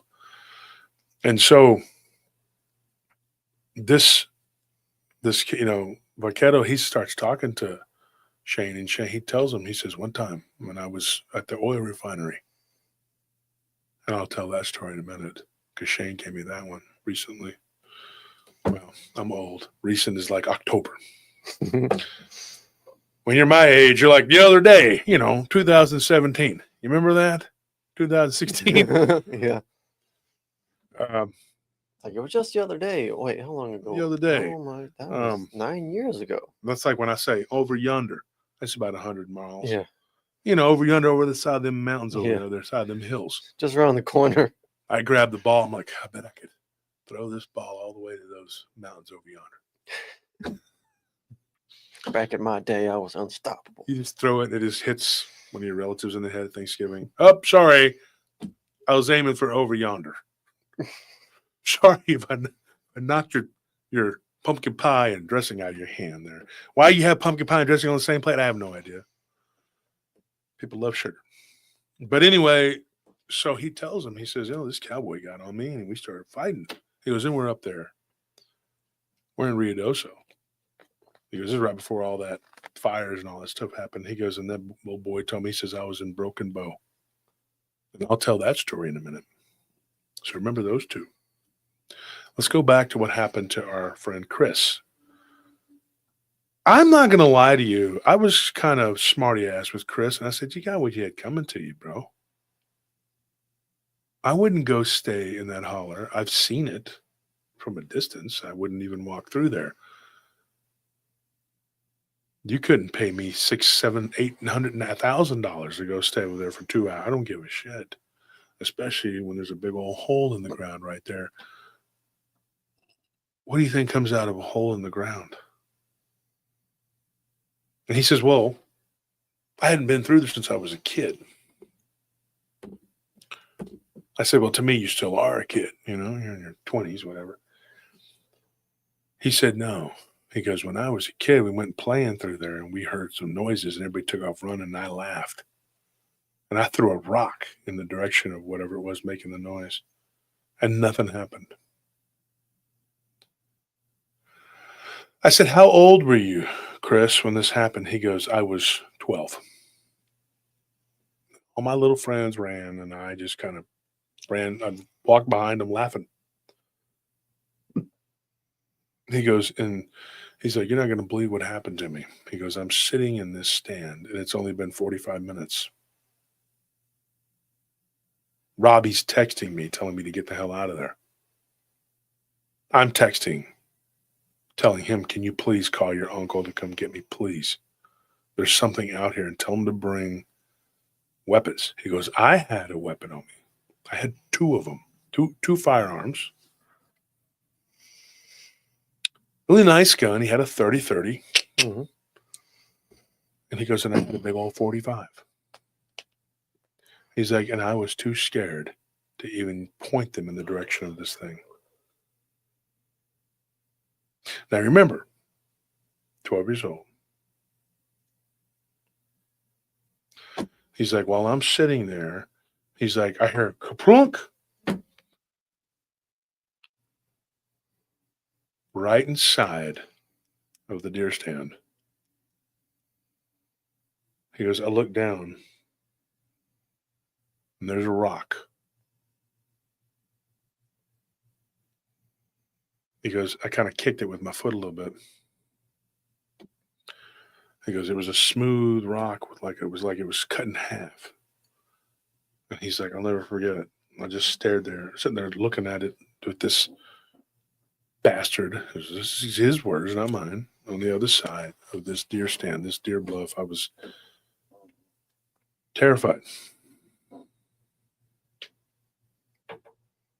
He's like, and I could hear breathing, like heavy breathing, like this thing was psyching itself up to come tearing through those flimsy walls. Mm-hmm. He said this stuff was made of particle wood. It was barely standing. It's not stopping anything. He's like, and I'm in there. He goes, and I'm breathing so hard. He goes, and my heart was beating so hard that I was going to have a heart attack. He's like, if I was older, he goes, I don't know what would happen to me.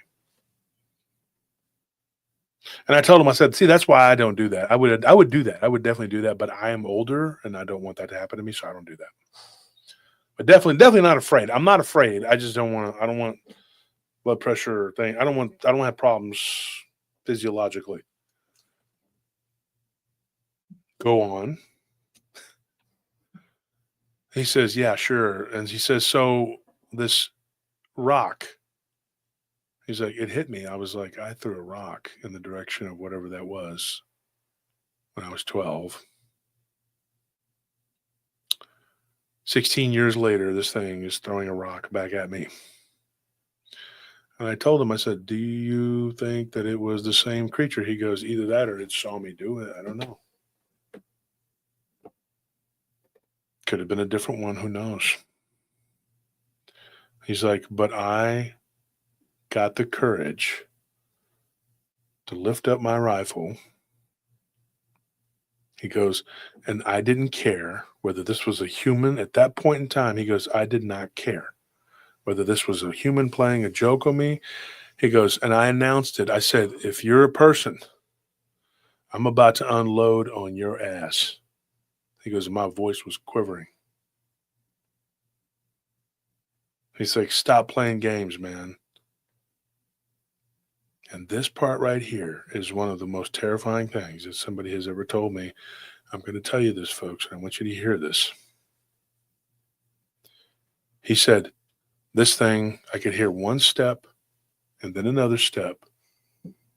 He's like, and then there was like this explosion, like something just, boom, just, it just lunged itself, through itself. He's like, and it was like head first into the hole of that stand. He goes, and I got a good look at this thing, and it was just like the eyes were wide open. They were human-looking eyes. He's like, the mouth was pulled back like a shark. He's like, and the teeth were nothing like what you would imagine, like a wolf or a dog. You know, they have some teeth, and then the big canines, and then they have the square teeth. He goes, this thing was just all teeth, like sharks, like teeth, like a shark. Ugh. He's like, and it was like the noise it made was like a freight train. Having seen one of these things myself, only one time up close. I'm not like some of these people who've seen a bunch of them, and I thank God I haven't seen all that. Thank God I have not seen all that. He's like, this thing, you could see that, he could even see the slobber. Like this thing was like full on. He goes, and the hands, not paws, they were hands, tore through either side of the window of this thing. And he goes, I just started firing. He goes, I unloaded everything I had as fast as I could. And then I was pulling out my 45. And this thing had kind of stopped and was kind of like looking down at the ground. He's like, and I just began to pump round after round after round. And then this thing pulled back, stood up, kind of swayed back and forth, and then fell, got up, and then staggered backwards. He's like, I put every single round of ammunition I had. He goes, and then I was trying to reload. And I said, dude, you did the right thing. He's like, he goes, I had holy water on me too.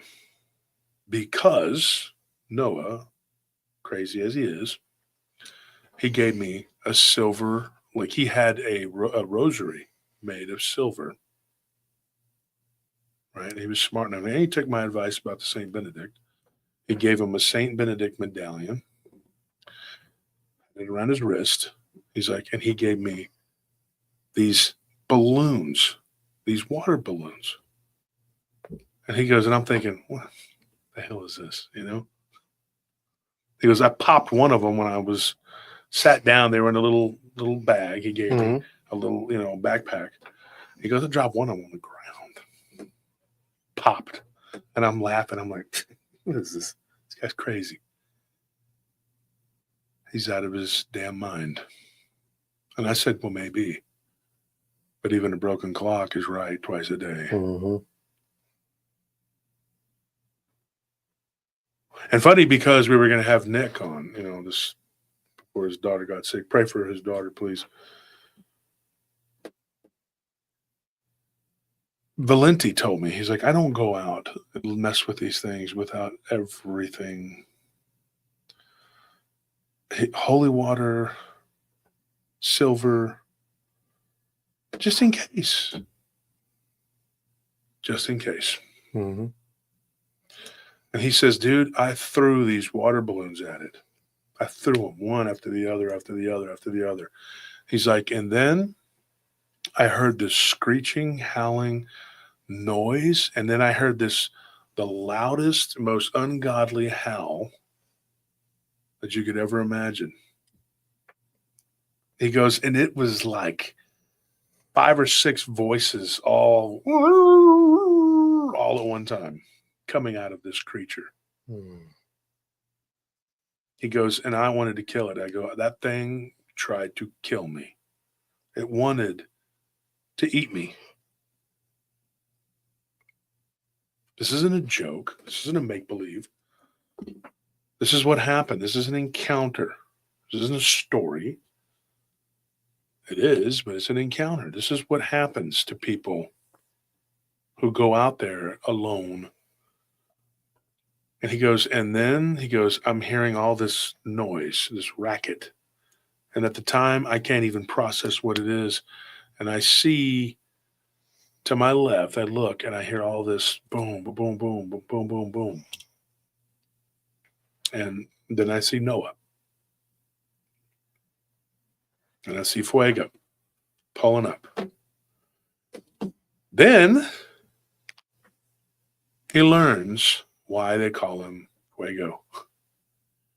He says, I see flames just coming out, shooting out. And then I see this creature full on, like from the light of the fire. This thing was being hit by a flamethrower. And I look, and there's Fuego, and he lit some of the trees on fire, And this thing fell backwards and just rolled onto the ground and then got up and was gone. I could see the thing on fire going out into the woods. And then I saw the fire just kind of go away. I wondered why they called him that. I never knew. Now we do. So I kind of laughed. I said, well, I met him one time. I thought he was an odd little man. I didn't know. So after this, encounter, I told him, I said, what do you think now? He says, dude, I'm scared to go to sleep at night without the light on.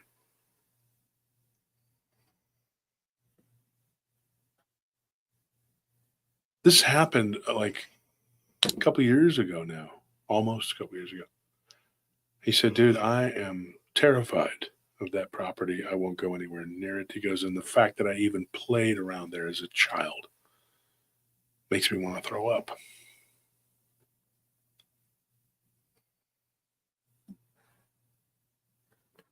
This right there, people, this is why you go online, you go on Facebook, and you go to these groups, and there's story after story after story.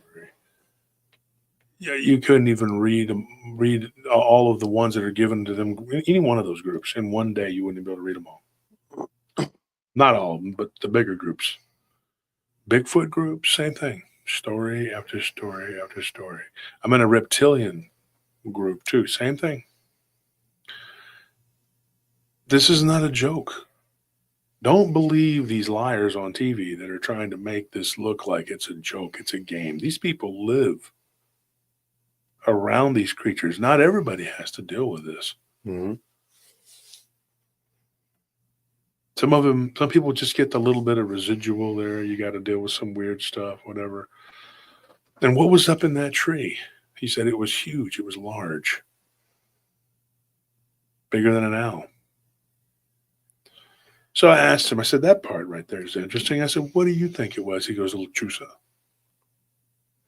He goes, that place had the darkest, most wicked energy I've ever been around. He goes, I was terrified in that place. So evil begets evil. Something bad is going to be there, but there's a food chain. You got your tiger shark, big, tough, terrifying thing. Then a great white comes along. Tiger shark's like, okay, time to go. That's what happened. Then an orca comes along. The great white's like, oh, time to go.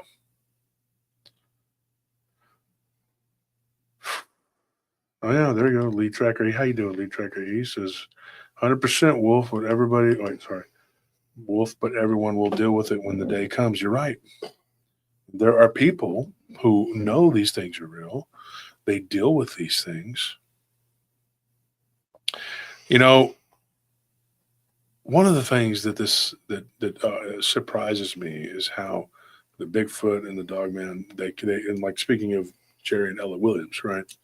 They talk about it in their book, how these things flatten themselves. They're like spiders. This thing got down on all fours. Remember, he heard it crawling.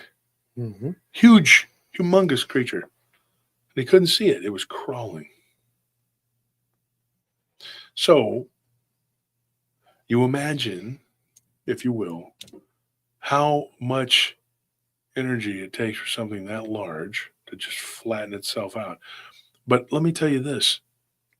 These things, they're impervious to heat or to cold. Yeah. Now, they're not impervious to water or fire because the water and the fire hurt it. But they don't get cold. And they don't get hot. They don't care. They don't feel like we. You know what I'm saying, Anthony? Yeah, because they're not. Their nature is not one that's fully rooted in the physical world. I think, whether they're spiritual things or interdimensional. Either way, it's like they got 1 foot here in this world and 1 foot in another one.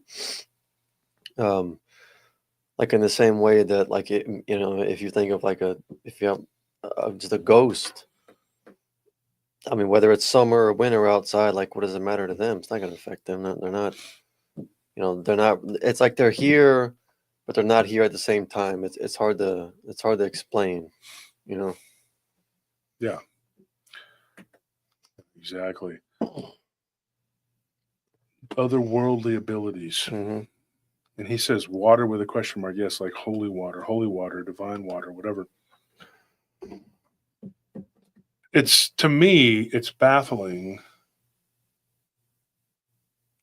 the way that these things do what they do. Now let's go to Broken Bow for a moment. This cowboy, I don't know his name, but Shane ran into him. And he's up there in Ruidoso.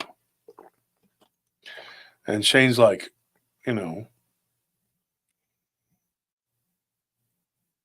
the guy acted like they were in the Billy the Kid casino.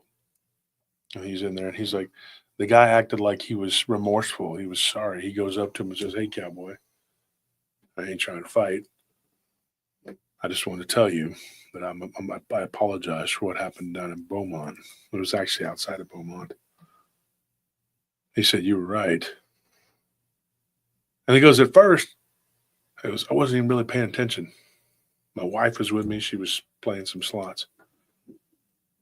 And I said, what are you talking about? He says, we had a little tussle, whatever that's it. It was a tough moment, whatever. This old cowboy tells him, he says, look, I had a problem up in Broken Bow one time. He goes, about a year after our little fight. He said, I see this thing run across the road. He goes, and it made me turn, and my trailer kind of turned, whatever. I guess jackknifing, would that be the term for it? And he goes, my trailer went up on the side and then came back down, and then we got flat. And so couldn't drive it. He said, I had some calves in the back of that trailer. I was by myself. I was driving a little fast. He says, I was almost to my destination. It was a calf roping competition. Right? And he was taking them up there. And he said, we were in a little bit of a convoy, but I got behind. I'd stopped to use the restroom and I needed some coffee. And I told my boys, go on up. I'll meet you up there. He goes, everybody's so damn tired, they probably didn't think nothing of it. He's like, I know what I saw. He said, it looked like a gorilla mixed with a freaking wolf. He's like, and I didn't want to get out of the truck. He goes, but I thought, you know what? I've been up for 22 hours. I was tired. Hadn't slept real good. Maybe I imagined it. Maybe I was imagining things. This didn't really happen. He says, so then he goes, I get out of the truck. He's like, sure enough, back left tire. He's like, and I'm over there and I'm like, okay, now I got to get a spare and I got to get this. And he goes, and I didn't have one. Not for the trailer. He says, so I got back in my truck and I called my boys, my sons. They didn't answer. And I called their cousin. And he says, hey, I don't know where you guys are at. He goes, they were like 30-something miles up ahead. He said, okay, I'll turn around. He's like, okay, cool. He goes, be careful. There's something out here. He needed a tire. This is 11 o'clock at night. He don't have no tire out there. Yeah. He says, I don't have any way to get one. So he says, do you have a tire? Whatever. He goes, I don't. He's like, okay, well, then turn around and coming over here ain't going to do you no good. He says, get to Broken Bow where you're supposed to be. And talk to now I remember this guy's name. He said he had a friend named Jake. He said, tell Jakey, give me a tire, So he goes to this guy that they know, and this guy, he has a bunch of trailers. Like he's always got spares and things like that. He says, once you get there to Broken Bow, the guy will get you one. They call him Jakey. And he, not politically correct, they call him Shaky Jakey. He's got, Oh, man. yeah, so that's what they called him, Shaky Jakey. Guy's old, and it's a different time when these guys were young. They don't care. So he says, okay. And he said, I'll talk to Jakey. He gets up there, and he gets what he needs, and he calls him back. And he says he calls me uncle. He's not really my nephew, but he's my boy's best friend. They grew up together. He goes, I have twins. And then I have a younger one. He says, so they're all, one of them, my youngest, he calls. He's like, Daddy, you all right? I said, I'm fine, son. I'm just going to have to wait until you guys get up there and then come back with what I need. So I'm just going to hunker down. It's not too cold. It's not too hot. I'll be fine. He said, just then something hit the side of my truck. And I'm like, whoa. He said, my youngest son. This is what he told Shane, right? Shane said his youngest son was like, are you okay? What's going on? He says, I told him, I said, I'm fine. I just felt a gust of wind. I didn't want my boys worrying. He goes, and I still wasn't real sure what I'd seen. He said, now one time before, years ago, he's like, I was driving up near Dallas on the other side of Irving. And I got really, really tired. And I thought I saw a woman walk out in the middle of the road and then just kind of disappear. He's like, so I used to tell my wife, hey, I saw a ghost. He goes, but I didn't know if what I had seen was what I had really seen. I always just attributed it to me being really freaking tired. So he said, I tell my boy I'm fine, even though I don't feel fine. He's like, and now, he's like, whatever hit my truck didn't hit it very hard and just enough to move me. He's like, and I could see these calves in the back there. They were all jostled up, just bunched up, making noise, freaking out. He's like, and so I hung up with my son. And I lied and told him everything was fine. I was all good. I'm just going to take a nap. He's like, and there on that road, there was hardly any traffic at that time. He said, and I'm sitting there in this vehicle. There's kind of like this little bit of an embankment right there. And he said, something and jumps onto the side of that trailer. He's like, and I look in the rearview mirror. He's like, and I see this thing, this beast, this monster. I don't even know what the hell it is. And Shane said, he's like, and Shane was like, look, I had a little bit to drink. Bullshit, Shane. I know you. You had, you drank about a fifth of Jag and probably about 6 Guinness, if I remember correctly. You could drink me on the table.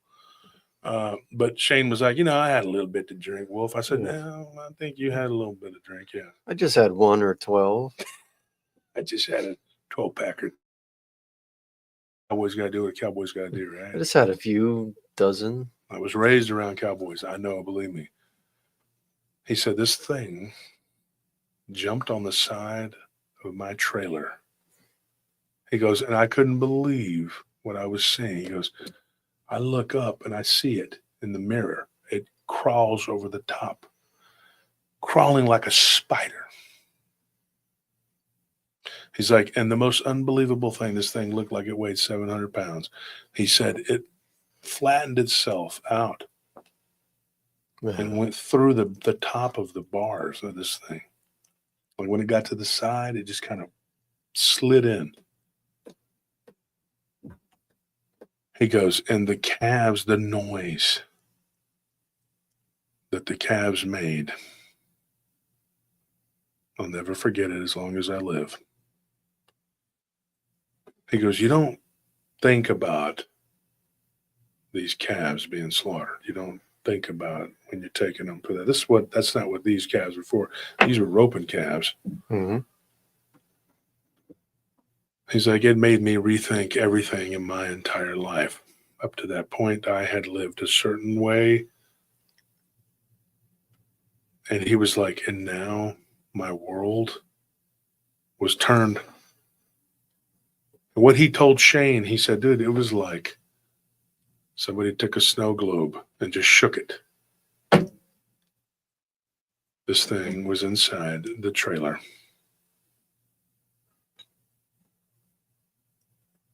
He said, and it was so quick. And then that back of the trailer just, boom, blew open. He goes, I could feel it, the pressure, and it hit so hard that it tore the hitch. The trailer hitch came loose. You know how strong something has to be to do that?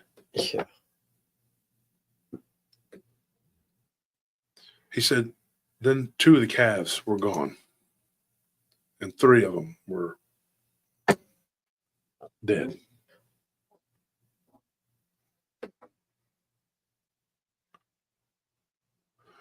When you stop and you think about what these things do and the way that they do them, you got to remember something.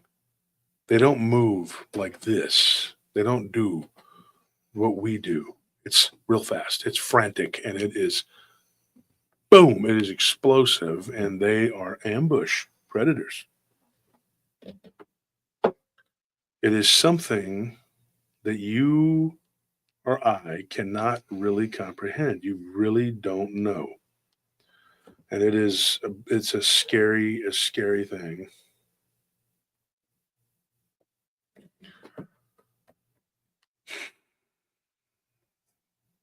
Shane said, he goes, once this old cowboy was done telling me his story, he said, I felt sorry for the guy.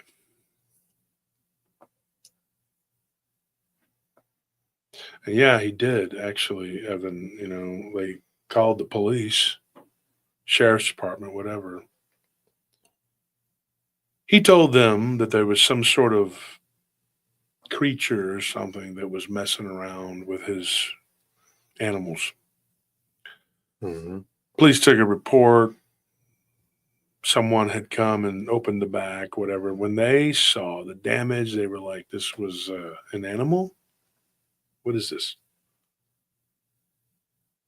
And then he had to report to the insurance how this back of his truck was tore up and this, Yeah. I mean, what do you blame that on? A bear? So he was like, "It's not even worth it." So he can't tell these police officers, "Hey, a giant ape mixed with a wolf just attacked my trailer." I don't know what it was. He did say this. It was black, covered in hair, and it had a small tail. It had backward bent legs like a wolf. This was a classic dogman, werewolf, whatever creature. He compared notes with Shane at the bar. I've been to that casino.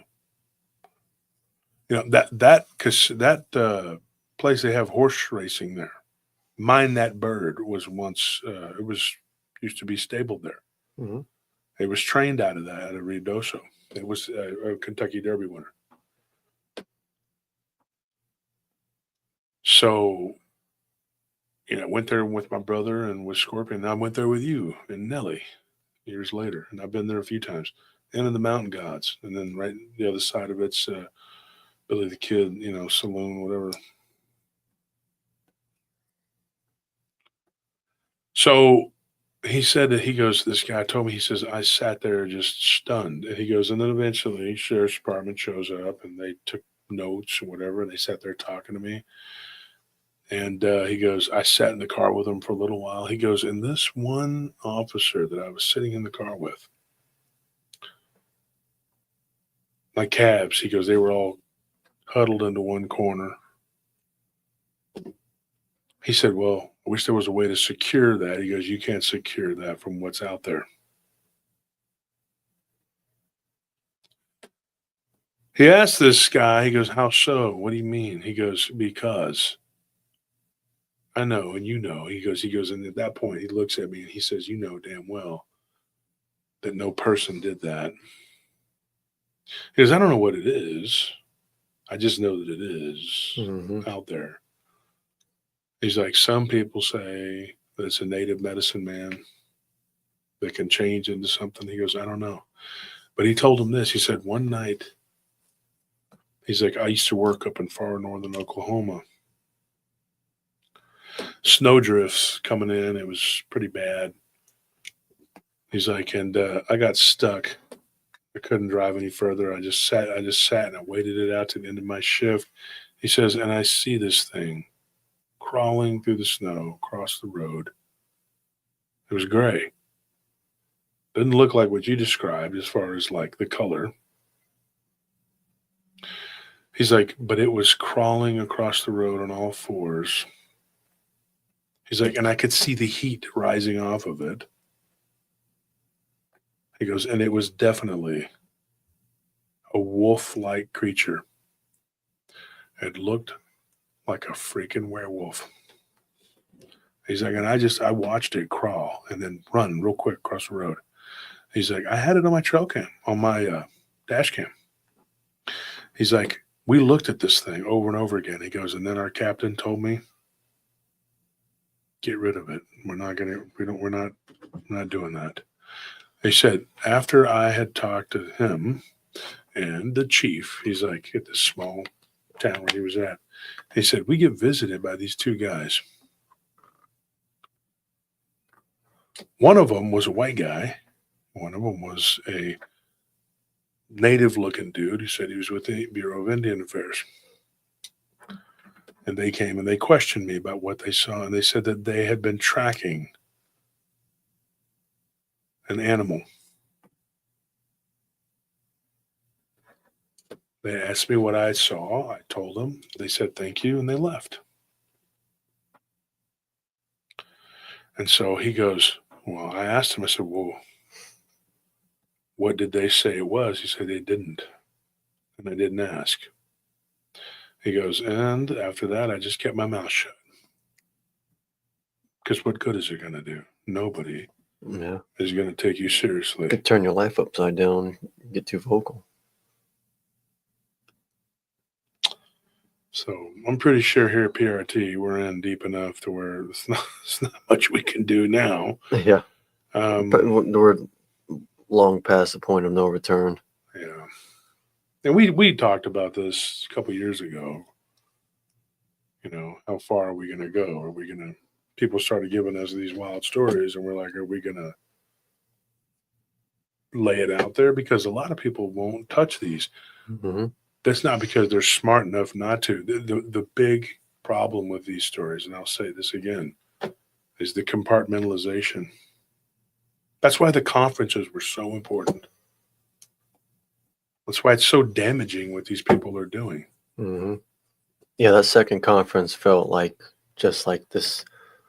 The energy in that room felt like this huge like zenith. Like everything came to a pinnacle there at that second conference, and then it was just downhill from there. You know.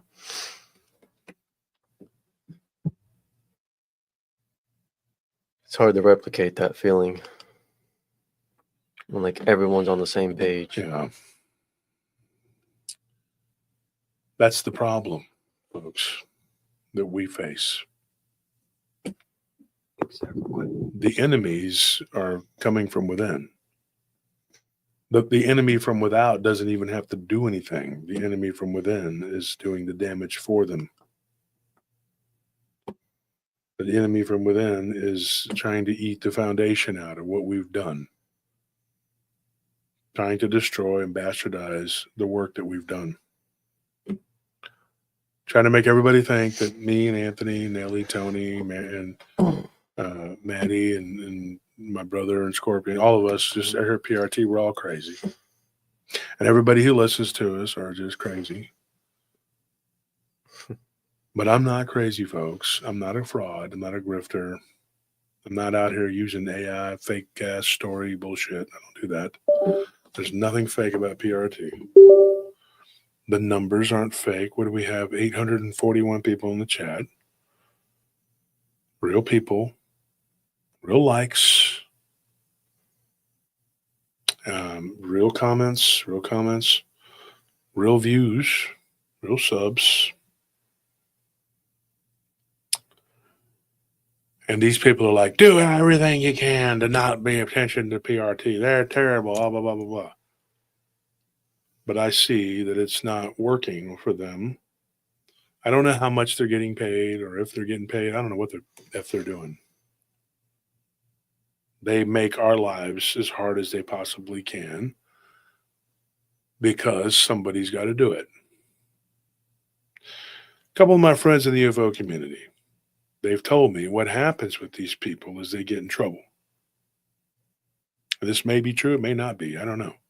I'm not saying that my friends that told me this are not correct, but these people, they get in trouble and then they're told, hey, go cause problems doing this, this, and this.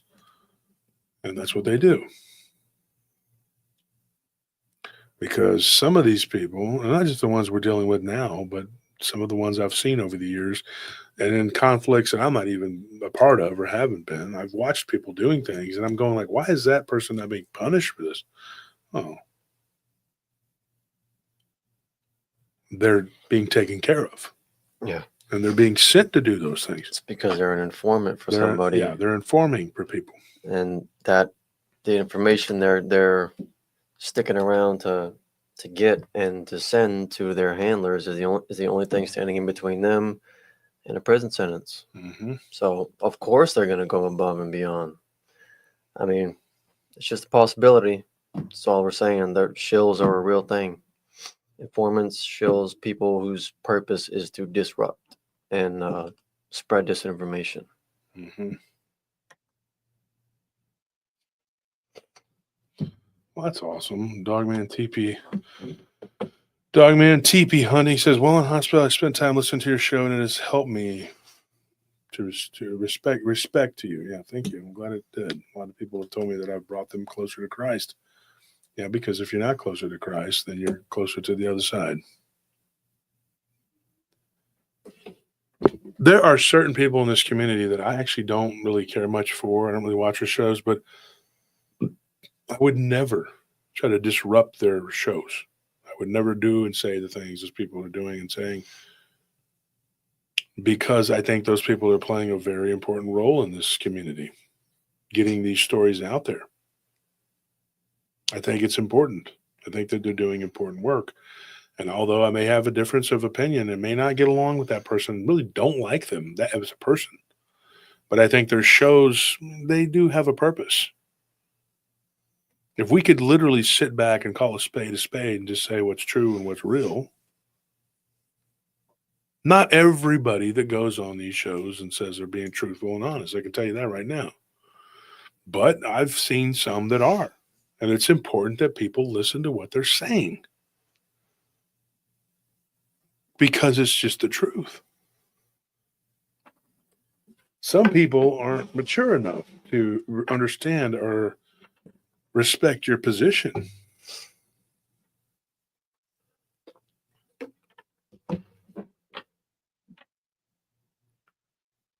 But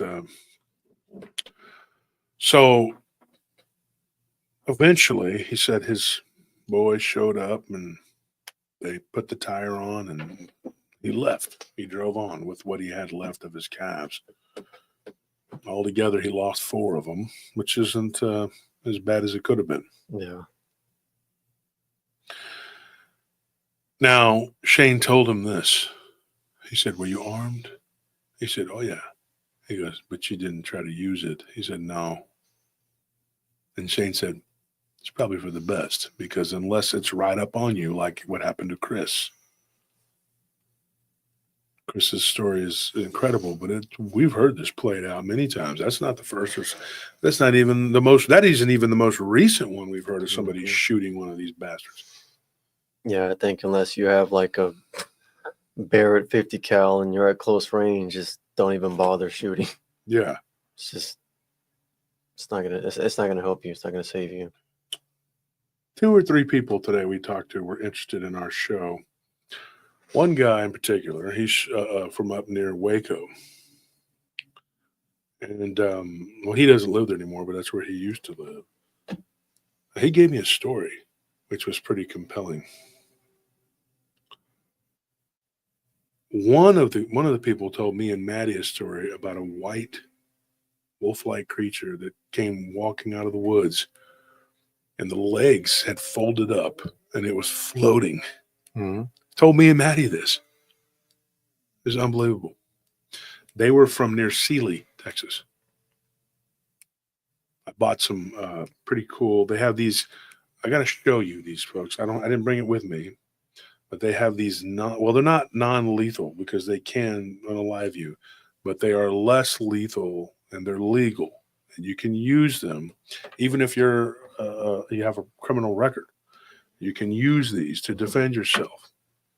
They shoot these little balls, and they use CO2 cartridges. Now, if you were to shoot somebody with one of these in the head, you could unalive them if you hit them in the right spot.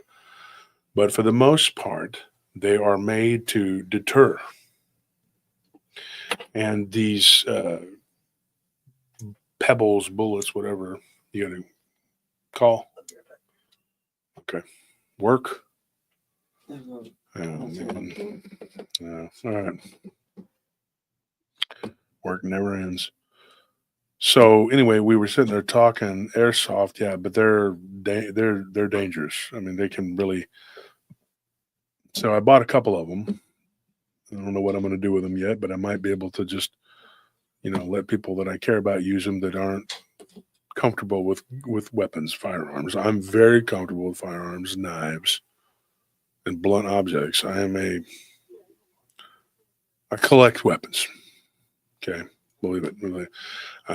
I could fill up this whole room with nothing but weapons. I just collect them. It's not necessarily like a fetish. Like I just want to have, I just got to have a gun or a weapon. I'm not, looking at guns and ammo, in a, sexy time way. Like I know people who are that way. They're obsessed with that. And I'm not. It's a tool. But, I like weapons. I believe one day we may end up having to defend ourselves against whatever. Yeah, it's Murphy. No, I'm not. But I know a lot about firearms. I do, but I know a lot about a lot of things. I know a lot about bladed weapons, and so a place like that, I've just had a great time talking to all the different vendors and getting their opinions. And like I said, I got 3 stories. The guy that told the story about what he saw coming floating out of the woods, it was just hitting dawn, and he was deer hunting, and he was up in a stand out in East Texas, well, East Central Texas, and that's a weird area anyway, but it just floated. They asked me if I'd ever seen anything like that or heard of it. I said, oh yeah, I've never seen it. I've heard it. I saw something dark like that, but not white. It was very interesting. And another guy gave me a Dogman story, and another one gave me a Bigfoot story and a ghost story. We'll go along with it, whatever. But we get so many stories, it's hard to keep up. There was a story I wanted to tell. I'm going to probably tell that on Wednesday. And it was a ghost story. It was such a crazy ghost story. Now I'm trying to remember it. I know the story, but I can't remember who it was that gave it to me. Oh, the guy at the gym. So I talked to his buddy again Friday early. Or maybe it's Thursday. I'm sorry. My days run together. But he said, that he had something that grabbed him and like basically attacked him. A ghost spirit, whatever, attacked him. Here's what's weird about that particular story. I thought this was absolutely crazy, whatever, and I didn't realize. Now, that was Jarmeen's, if you remember, if y'all watched the show, Jarmeen told me a story of a dogman or werewolf, whatever you want to call it, attacking a homeless person and dragging him off. And he told that story. And Anthony and everybody, we were all working out there. There was a guy that was working out with him that told me a story that was equally terrifying. This thing was like a spirit that came into his room and it attacked him. And this kind of goes along. I didn't realize what it was until Thursday it was Thursday when I talked to him. And I said, hey, I touched on your story, but I'd like to tell it, on the show. And he says, sure. And he's, what do you want to know? And I said, well, because I haven't been working out at that gym. I'm working out at a different one right now because that one's too far. It's too far away from it's near where I used to live when I had my apartment, whatever. And I said, look, let's set up a time, whatever. He goes, are you busy right now? I said, how long is it? He says, 20 minutes. He told me this thing had been terrorizing him for a while. It was like a man. It was shaped like a man, but you could barely make out the legs. They kind of came down, and then they kind of disappeared at the knees. And then one day, he saw it. And he was in his early 20s. He was living in this apartment, and it was shy. It was in Canada. It happened in Canada. This apartment. It was in Edmonton.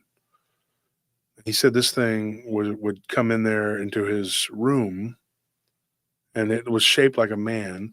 He goes, but it would be big sometimes smaller. Anyways, eventually one day he wakes up wrestling with this thing, and it would follow him out of his dreams and then kind of dissipate.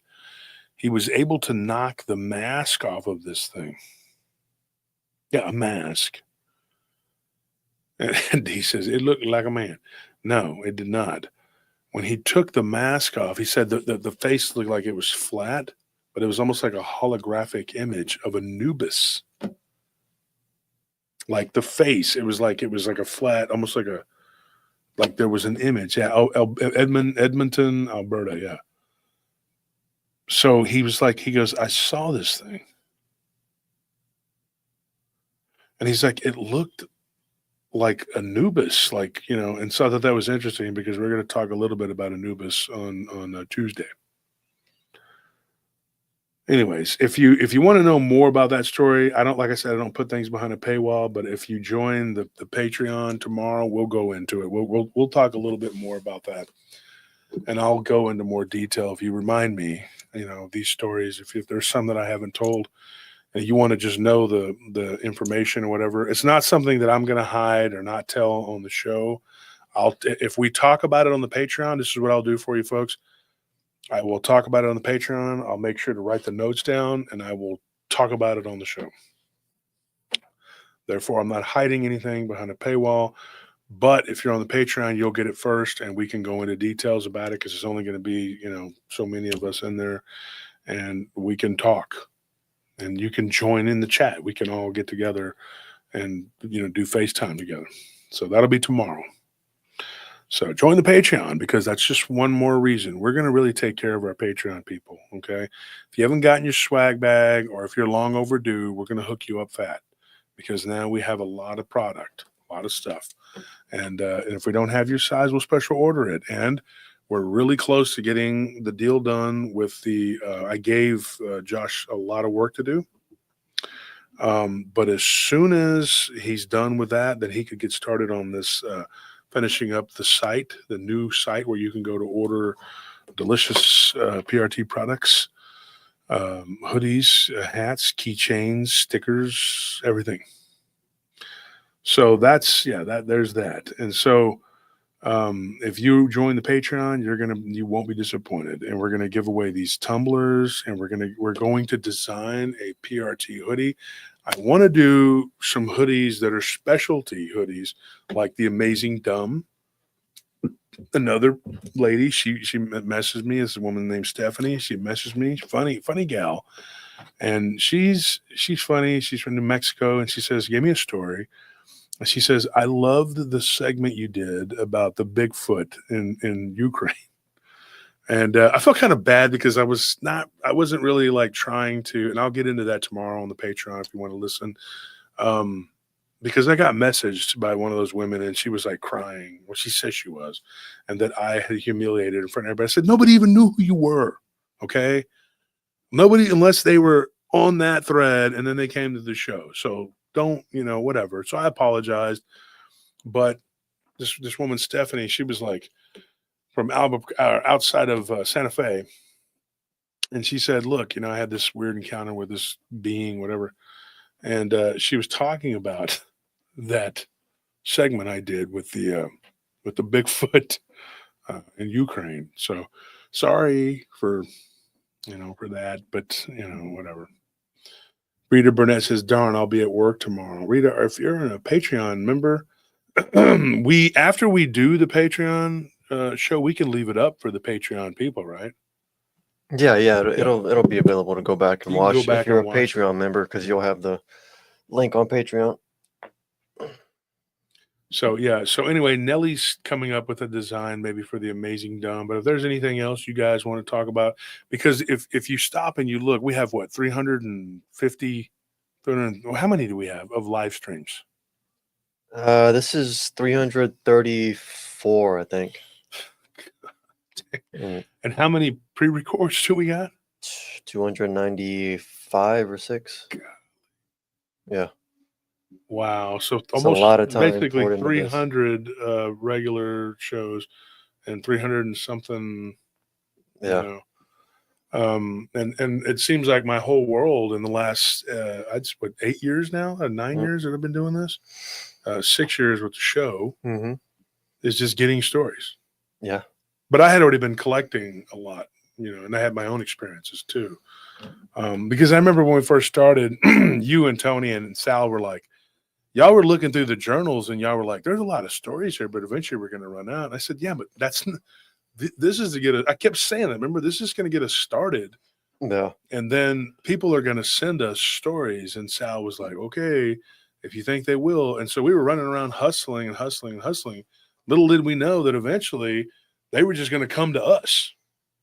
And now if you looked in, did you look in the email? Like the last few, I haven't moved stuff over the last few days. Yeah. There's just story after story after story in there. Yeah. It's like a lot of stuff. And like some of the emails are like stuff pertaining to like the different subscriptions and services we use. And it's important stuff. I have to go look, and then they're like buried underneath all these accounts of, sent in from people. I'm like, dang, all these people, stop having encounters so I can find my Adobe email, Yeah. Yeah, and lead tracker E, there's always somebody in the chat that really comes through tonight. It's Ella Williams, folks. Check out their book. Put the name of your book on there, Ella, and we can post a link on there. You're an admin. You can promote your book. 450 likes. Awesome. That's a good thing. That's a good deal. But yeah, they were lost or destroyed. And here's a funny thing. One of the woman that did that, okay, one of her friends listens to my show. So the other day she messaged me. I say the other day, there again, I had the gout and I was not doing good in September. And she's like, I'm sorry to hear it, like out of the blue. And I was like, yeah, I haven't heard from you in forever. She goes, I listened to your show. I have a daughter, now, and she's, I can't believe how old I am. I'm like, really? Because I knew she had a little kid, but now her daughter's grown. Because that was in 2004 or 5 when that was destroyed, when a bunch of them were burned by that crazy person.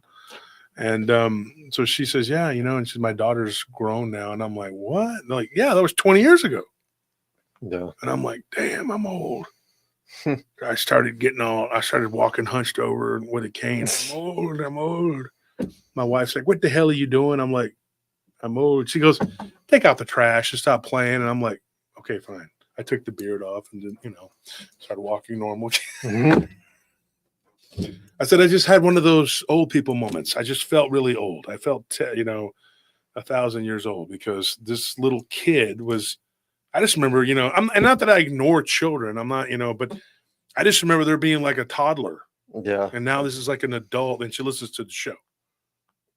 Yeah, it's kind of surreal. I mean, like, it's really funny. I can partway relate, because like I'll see like girls that I went to high school with on social media, and then they have kids who are like teenagers now, and I'm like, last time I talked to you, we were teenagers. What the hell happened? Like, what? That much time has passed.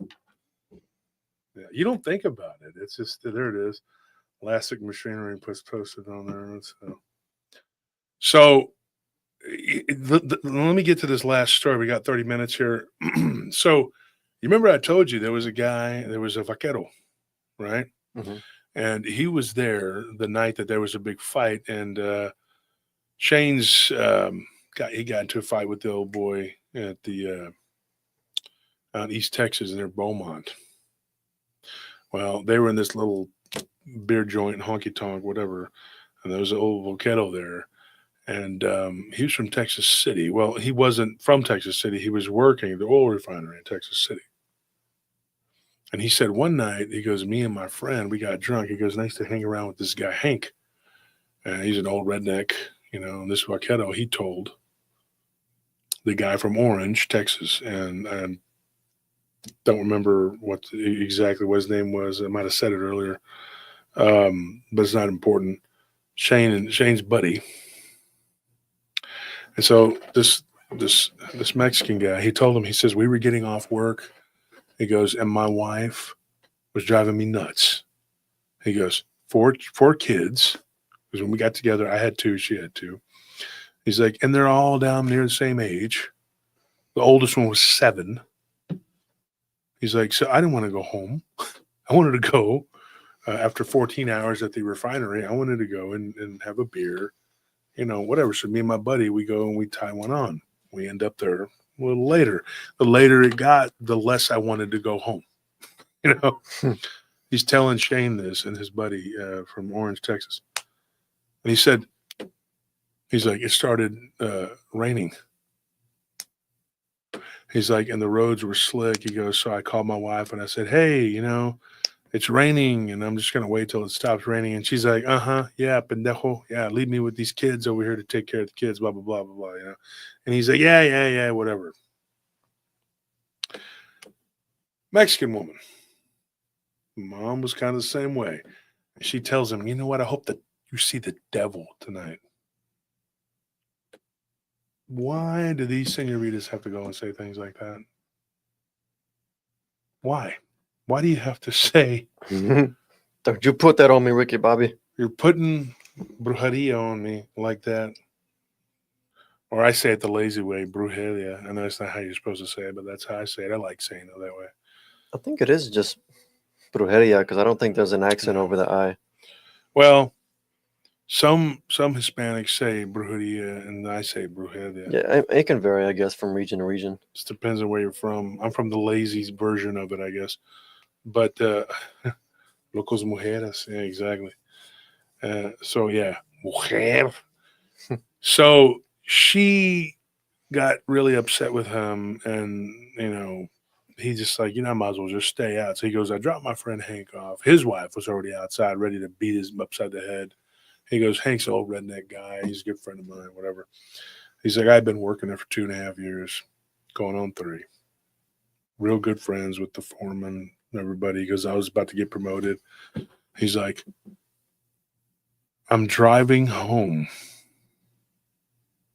He's like, and I see this guy laying on the side of the road, and I'm like, it stopped raining, And he goes, and I was like, I drove by, and the guy looked like he was shaking, like he was shaking on the side of the road. And he's like, oh my gosh, he goes, and I'm just trying to avoid dealing with my wife. He's like, a lot of area in Texas City, it's an oil refinery area, right? And he said that there's a bunch of buildings there. They're just boarded up. Nothing. This was like 10 years ago. Boarded up, nothing there. He's like, and so I see this guy shaking, like he's convulsing, and like maybe he was a homeless guy, but I felt terrible because I thought maybe this guy was having a seizure. So he goes, so I pulled over, and I on the other side of the road, and I kind of ran, at an angle toward the guy, He's like, and as I get closer to the guy, he goes, the guy straightens out like a board. He goes, and I notice this guy's not wearing pants. He goes, and I notice he didn't have human legs. He said, dude, I'm looking, and he goes, and I see these backward bent legs and these weird looking feet that looked almost like an elongated bear's foot. That's the way he described it. He said, and then I noticed the shirt was like torn and ripped. He goes, and I see this thing pop up, and it's on all fours. He goes, and what was left of a blue shirt was gone. It was like a work shirt, Mm-hmm. And he's like, and this thing turns its head, and I see the side of its head. It looked like either a bear or a wolf. I couldn't tell which. He's like, and I'm like, holy shit, I just see a beast. He's like, so I took off running back to my car. He's like, and luckily I had a really souped up Dodge Charger. He's like, and my wife was always bitching about me having that car. He goes, that day that car came in handy. Yeah. So he goes back to his car. He gets in, and they're fun to drive. I have a Charger. It's fun to drive. It is. We bought it for work, for patrol, and that thing gets in and around wherever you got to go. It's really awesome. Fun to drive. That and the Explorer are definitely fun patrol vehicles. Nobody wants to drive those Kias that melt in the sun. But see, husbands, now you have a good reason to tell your wife, hey, I need this Charger. It's going to save my life one day, honey. You don't understand.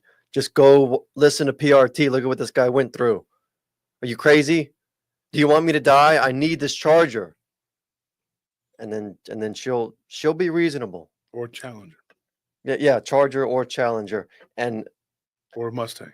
And because, honey, these things are interdimensional and they travel 3D space really fast, I need the scat pack. I need the wide body scat pack of the Challenger. Yeah, and it's not going to work if you get a Corvette. They're made of fiberglass, so the werewolf will tear right through it. Yeah. Mm. You need the Camaro at the very package. least, the SS Camaro. That's all I'm saying. I'm not saying that you need this to survive, but what I am saying is it will help you.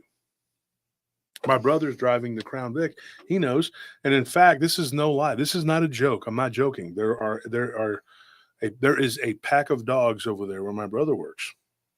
Yeah. And that Crown Vic has a big old grill guard on it, and that thing gets it. The regulator is gone. I love driving that thing. But my brother's driving it. I don't know, whatever. But anyway, it's a car that gets it. Okay. So yeah, I'm not saying that you need these vehicles to protect you from the supernatural. I'm just saying in this particular guy's case, it helped. He got in it, and this thing turned and was running behind him. And he said, dude, that area, Texas City, and we've been through there, Anthony. We've been through there. He was getting it, dude. He goes, I was flying. I was going over those little dips and just whoop, doop. And he goes, dude, and this thing was almost catching up. He goes, and I was going about 60 miles an hour, going straight down where all these boarded up stores and factories and stuff were. He goes, and I was hauling ass. And of course, he's like, I was hoping a cop would come and pull me over, help me, whatever. No cops. No cops. They come out when you're running a stop sign and you're on your way to like your child's recital. That's when they stop you, you know, when you're on your way to a quinceañera or whatever, or that's when you get, then that's when they're like, they pull you over and you're just like, how fast was I going? You're going 21 and 20. That's a serious offense, son. Pull them sunglasses off. Yeah. And that's when they pull you over, and that's when the booby trap springs. Boom. You know, they got your ass, man. He's like, you know how fast you were going, boy? No? Well, I'll tell you. Too fast. Too furious. You get my Tokyo drift? And then you're like, officer, there is something behind you. Hey, don't worry about what's behind me, son. That's called a cop car. Huh? See? That's how I caught you, boy. And now your ass is mine. He's like, sir, there is something. Keep pointing like that. See what happens. What? What? And what? You want to point like that again? Get up out the car. Get up out the car, fat boy. Come on. No bullshit. I've actually had some cops be really cool. And I've had some cops threaten to beat my ass. And then I've had cops beat my ass. Yeah. So, you know, I'm It's just important like, to remember cops are just people. They're not superhumans. They're not demigods. You don't need to put them on a pedestal and, you know, spout all this thin blue line stuff.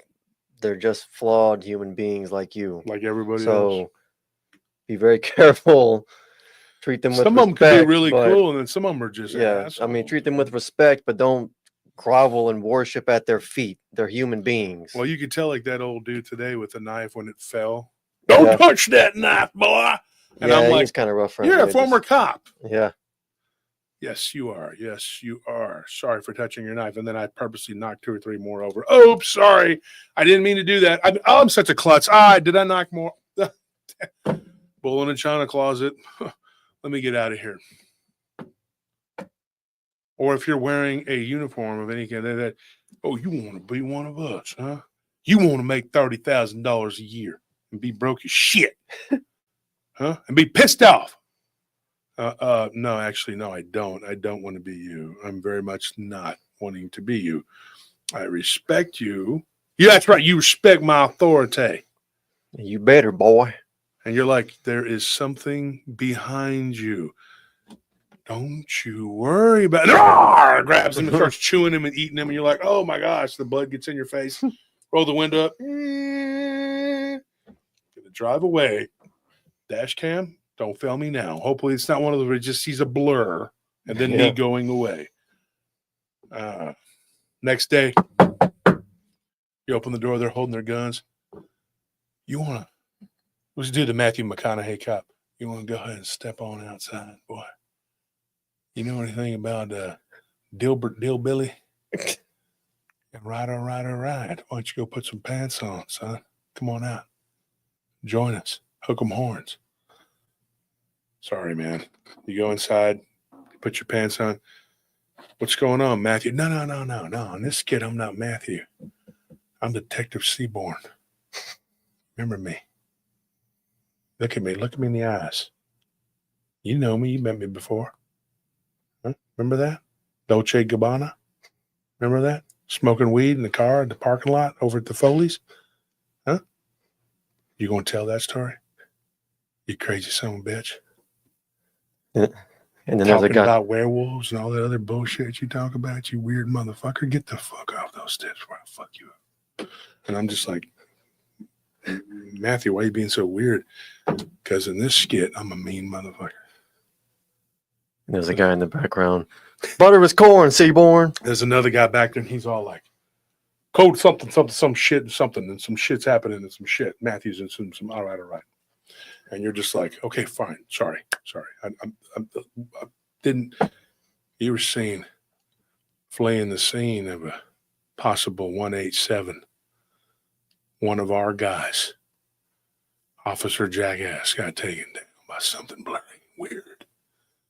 And you drove off like nothing happened. And you went home and you ate elote and chicken. And you slept like a baby. Is that what happened, boy? Yes. In my defense, though, it was delicious. I'm just going to say that. Yeah, that's why I'm here. Turn around, fat boy. Turn around with your fat ass. Turn around. Now I'm going to touch you inappropriately in every spot, like I'm with the TSA. Your ass is going downtown to answer some questions about that blurry son of a bitch that killed Officer Jackass. You know that's what's going to happen. So anyways, the guy gets in his car, hauls ass. This thing follows him down the road. The only thing he can think is that this is a freaking werewolf, because what else is it? He gets away. I mean, he goes, but he tells Shane that story. He says, look, not all the other shit. I was talking a bunch of shit, but he tells him, he's like, dude, this is, this was something supernatural. Was it a werewolf, shape-shifting, changing, whatever? Now, Shane has not seen these things shape-shift or anything like that. But he doesn't doubt anything at this point, and neither does Jerry or anybody else that's lived out. They don't live out there anymore, thank God. Well, his brother does. His brother's kind of kooky, but there again, he doesn't watch my show. I asked his brother that too when he gave me the story about blasting one of these things with a shotgun, and he said, I don't watch it because it's bullshit. And I said, okay, people's encounters are bullshit. He goes, no. He goes, I just don't watch all that bullshit. And I said, what is the bullshit you're talking about? He goes, I don't know, all them people talking and moving stuff on the screen. That's what he was talking about. He's like, I like hearing about all these other things. I've never seen all them other things. I believe they exist, but I don't like all the comments and all that shit. I'd listen if it was just you talking, but all the people talking, it makes me mad. Fair enough.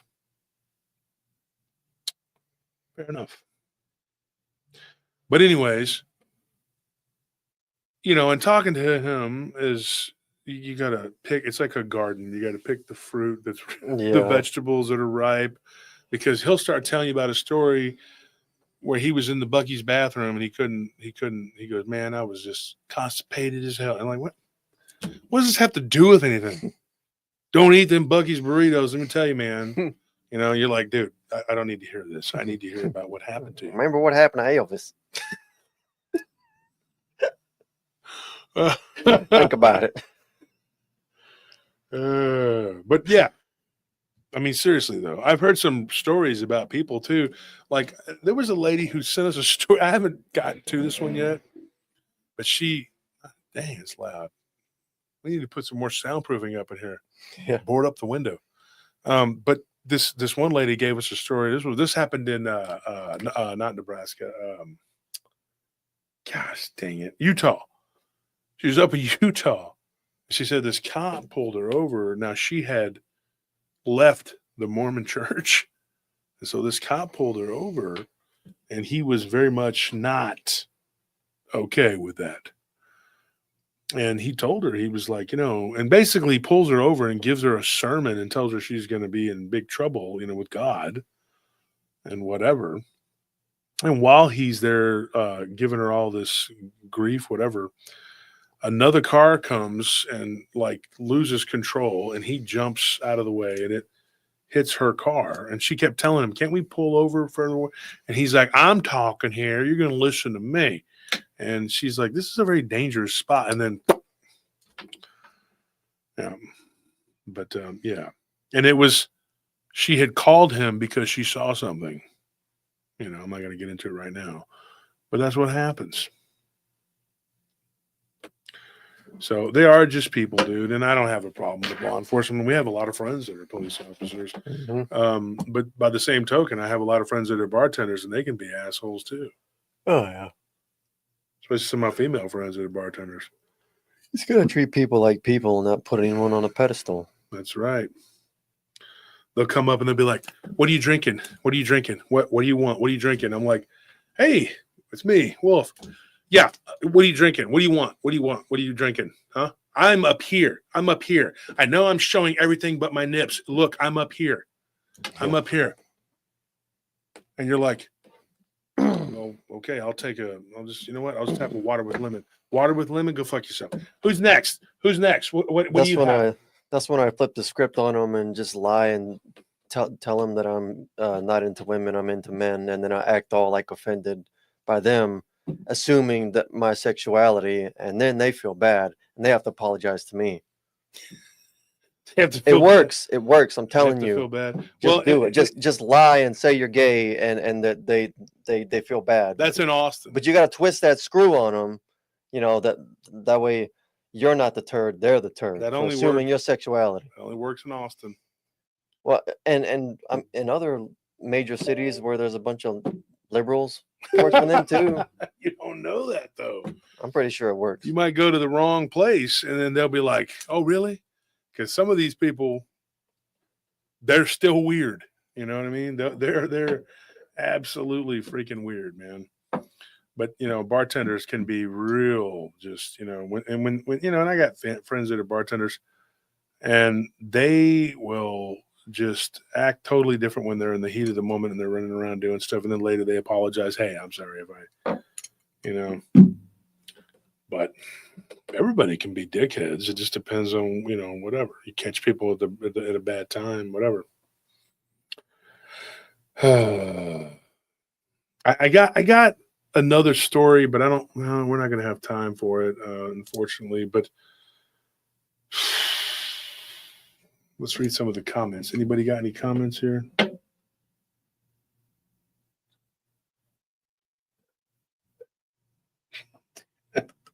Exactly. Shake the little hand.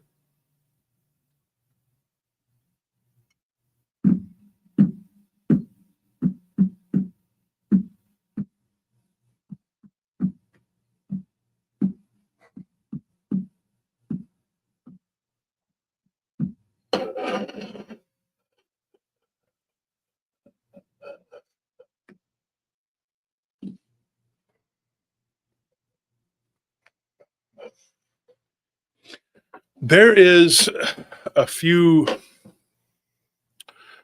There are a few different things that I'd like to talk about real quick before we leave, and not like a bunch of stuff, but like I said before, there needs to be more discussion about these other topics because they do exist, and I think that people that live in the West, they live in a bubble, and they kind of have this idea wrongly that anything that comes out of the east of here is just a bunch of bullshit. Because you don't understand it, you don't know.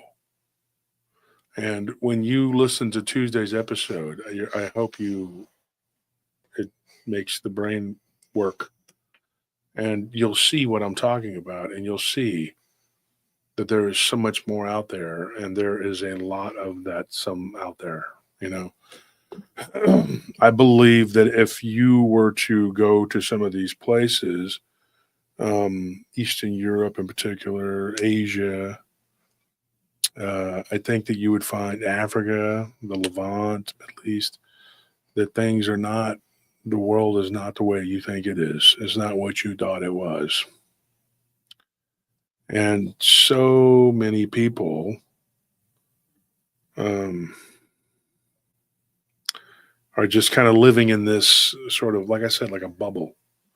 And they don't really understand that there's a whole nother world out there. And we need to not fall into that trap of, buying into the world is this way, because it's not. It's really not. And I feel bad because I was in that, 20 years ago, whatever, I was that way. I kind of was like, this is how the world is, and even having been to other countries, other continents, did not take in the culture and accept it for the way it was, and realize that it really was, showing me the actual world. I thought, well, this is how they live. This is how they are. We're smarter. We're more advanced. We know whatever. And that's not true at all. I think it's the opposite. Wendy Eater says, Wolf, what is the show you're speaking at? What is it? It's the Symposium of the Strange. Yeah, Symposium of the Strange at the Magic Time Machine in San Antonio. Yeah, you can just look it up online, and there's not tickets. It's just, you can just go watch me and see me speak. Or, let's hope that nobody tries to do anything stupid, then making threats and saying all kinds of stuff. Pray for them. That's all you can do. I don't know.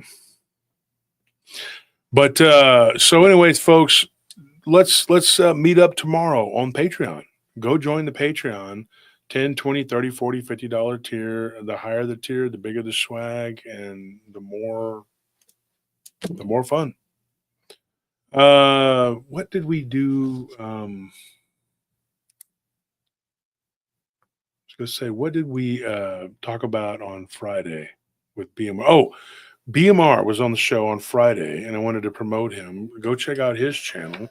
He came on and told some epic Dogman stories, I think all of which he had probably told on his show before. I know one of them's in his book.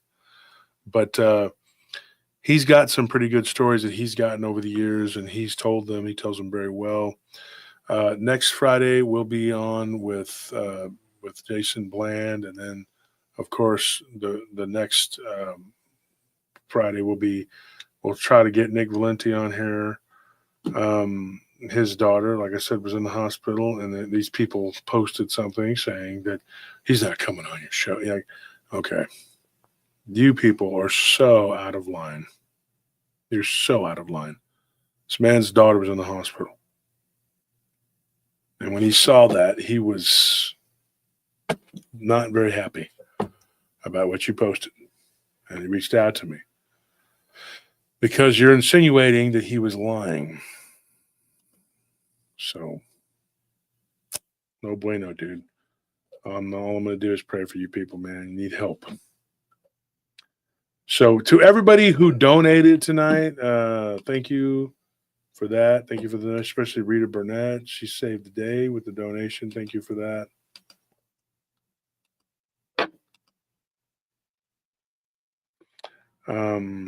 That's another thing. Those people, they brag about how they took away our base. Like the people that used to donate, they're all over there now. And I'm like, so what? We're still going to be more successful. We're still going to be more successful. Y'all are going to have to live and die by the home run. We're not. And so that's, thank you, Rita. Says we did it. Yes, we did. I guess we got 502 likes. And we had 800 and something people in the chat. But still not a record. The most we ever had, I think, was 900, wasn't it? I think it was. I think like on Rumble we hit that. Yeah, we did, but we got 900 one time. I think when Barger was on.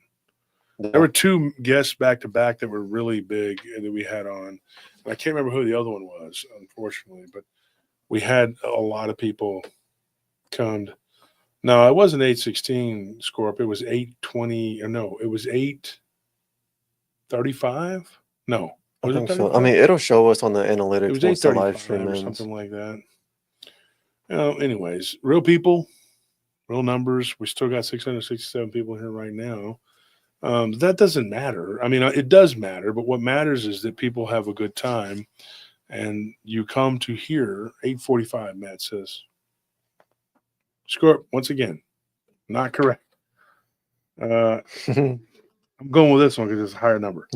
I don't know if that's what it is or not, but if it is it is. And so Scorp was probably playing soccer on his phone because he plays soccer on his. Who does that besides you, Scorpion, and all the other crazy people?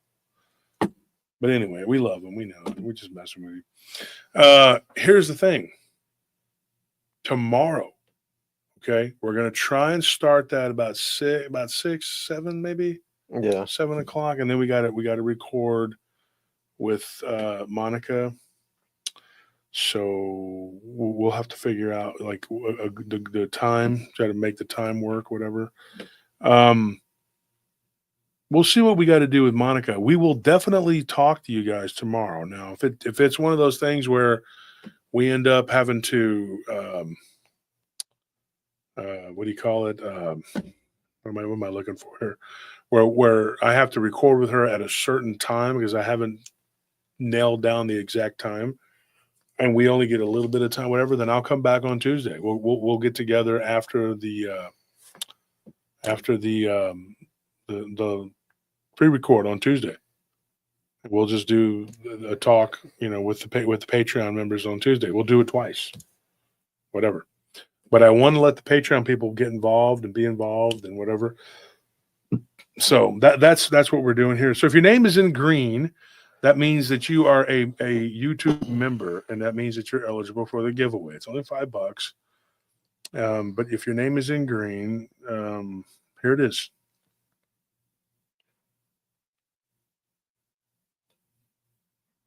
So let me know that you haven't won.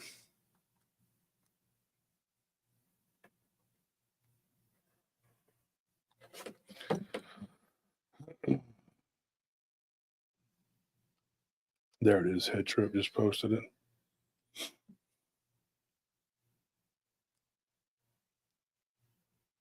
Prophet Yang says, I have not won. Okay, so send me your handle, your mailing address, your mailing address, your shirt size, right?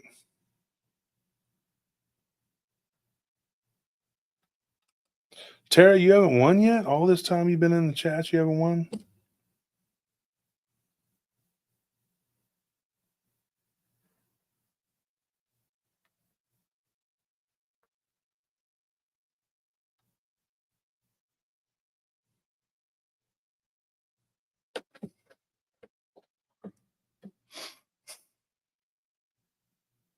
She said, nope. Okay, so you win too. Just make sure that you send us your shirt size, your mailing address, and your what else? What else? We need a name to ship to. And the name.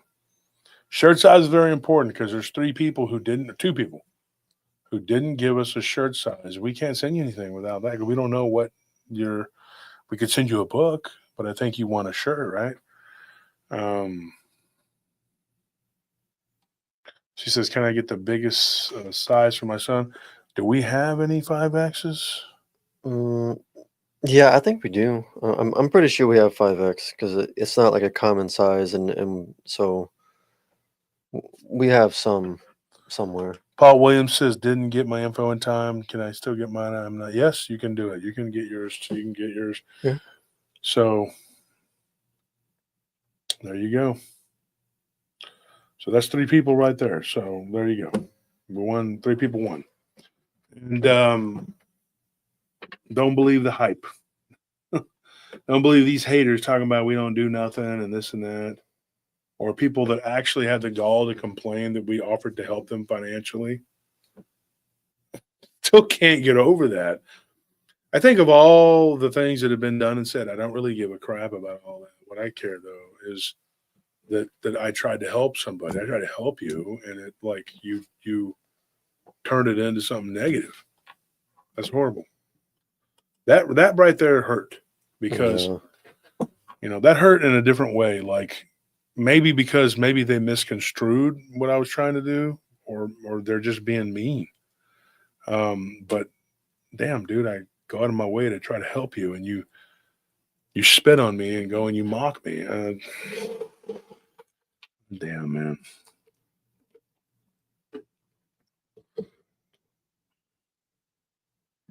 Katie's you got a rescue dog? What kind did you get?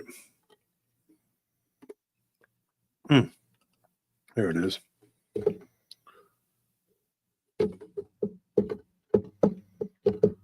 Yeah, Shadow. Yeah, you're right, it is.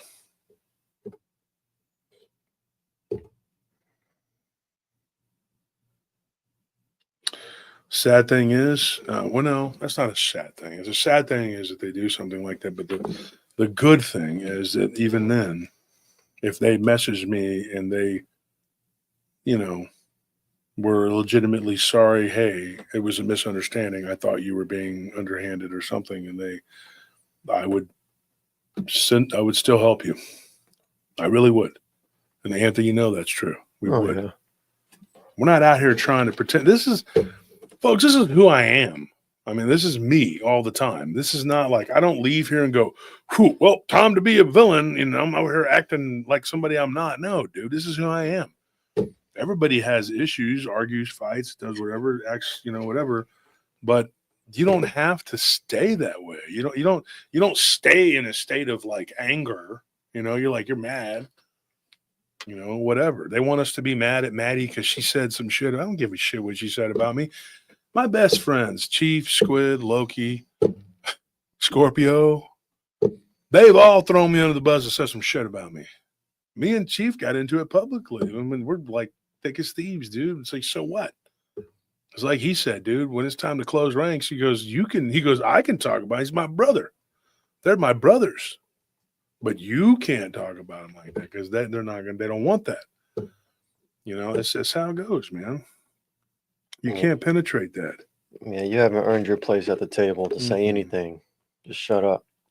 Those guys can criticize me and question me, whatever, say whatever they think is, I'll give you a funny story. Squid, great guy, one of my best friends in the world. I was just talking to him the other day. Congratulations, Squid. Your Ohio State Buckeyes won. They beat my Longhorns. We play you on the first game next year. Maybe it'll be different. Who knows?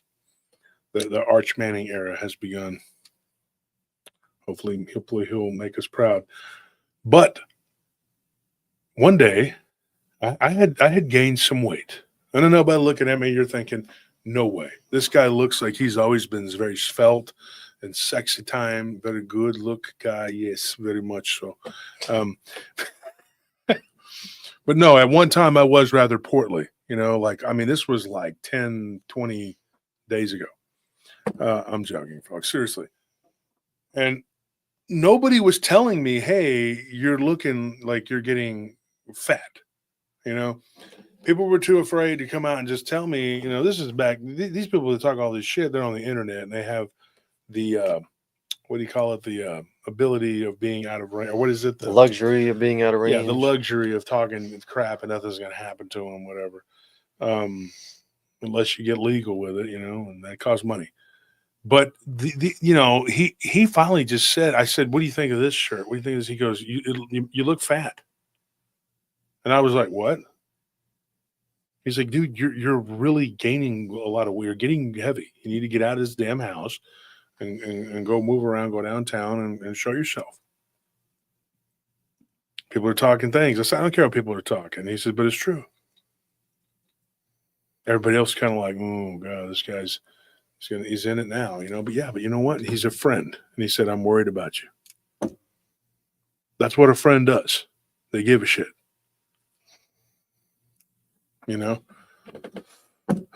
Because other than my brother, him, and my brother, nobody was going to say anything. My brother called me fat ass all the time. He says all kinds of crazy shit. But it's my brother.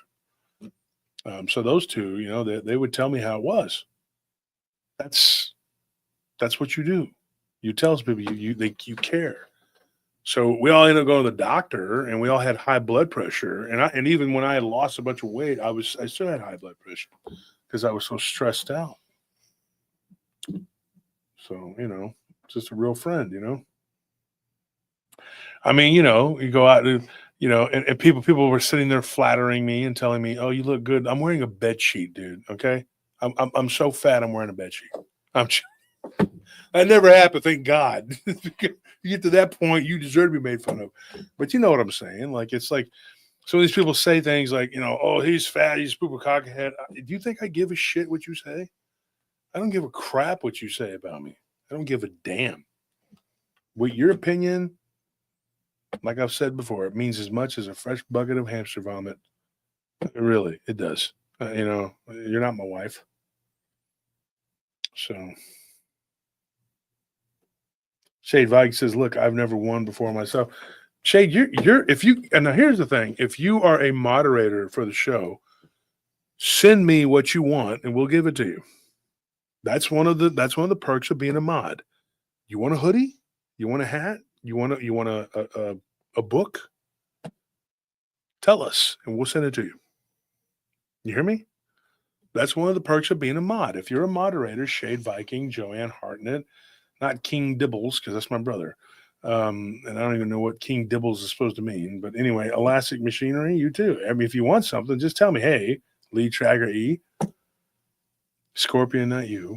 He says, "Look, I need a toboggan." Scorpion, come get your ass over here and just go to like Dorothy Metcalf did. She just came in because her daughter works for us, and Dorothy does part-time on Sundays. They just showed up. They go in there and they took some stuff and left. We have a whole room bigger than this room. Isn't it bigger than this room? About the same size. About the same size. Well, maybe a little bit bigger. I don't know. Just come over and get what you want. You have a whole room full of stuff in there.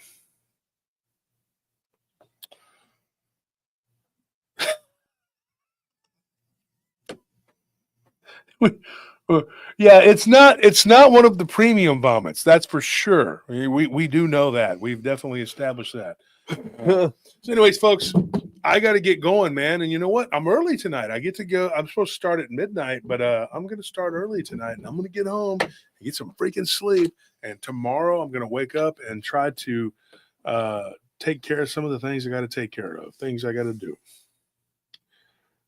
Tomorrow, I'm sure I'll be here. Here's my day tomorrow. Hello. Your guards are so stupid. Do you know how stupid your guards are? How stupid are they?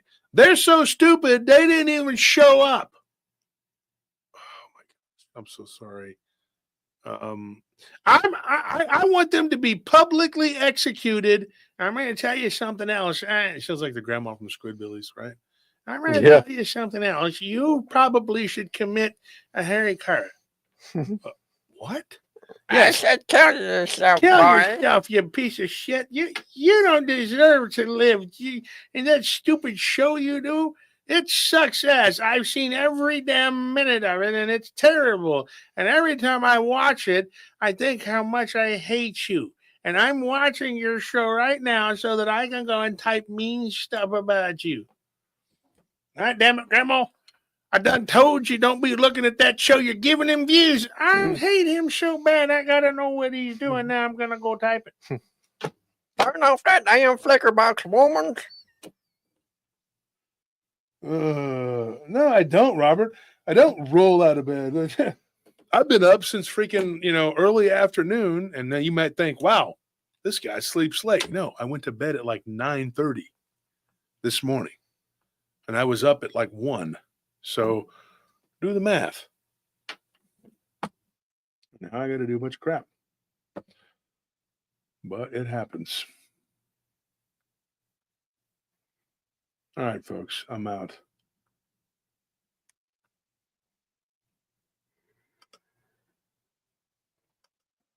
All right, see you tomorrow on Patreon, guys.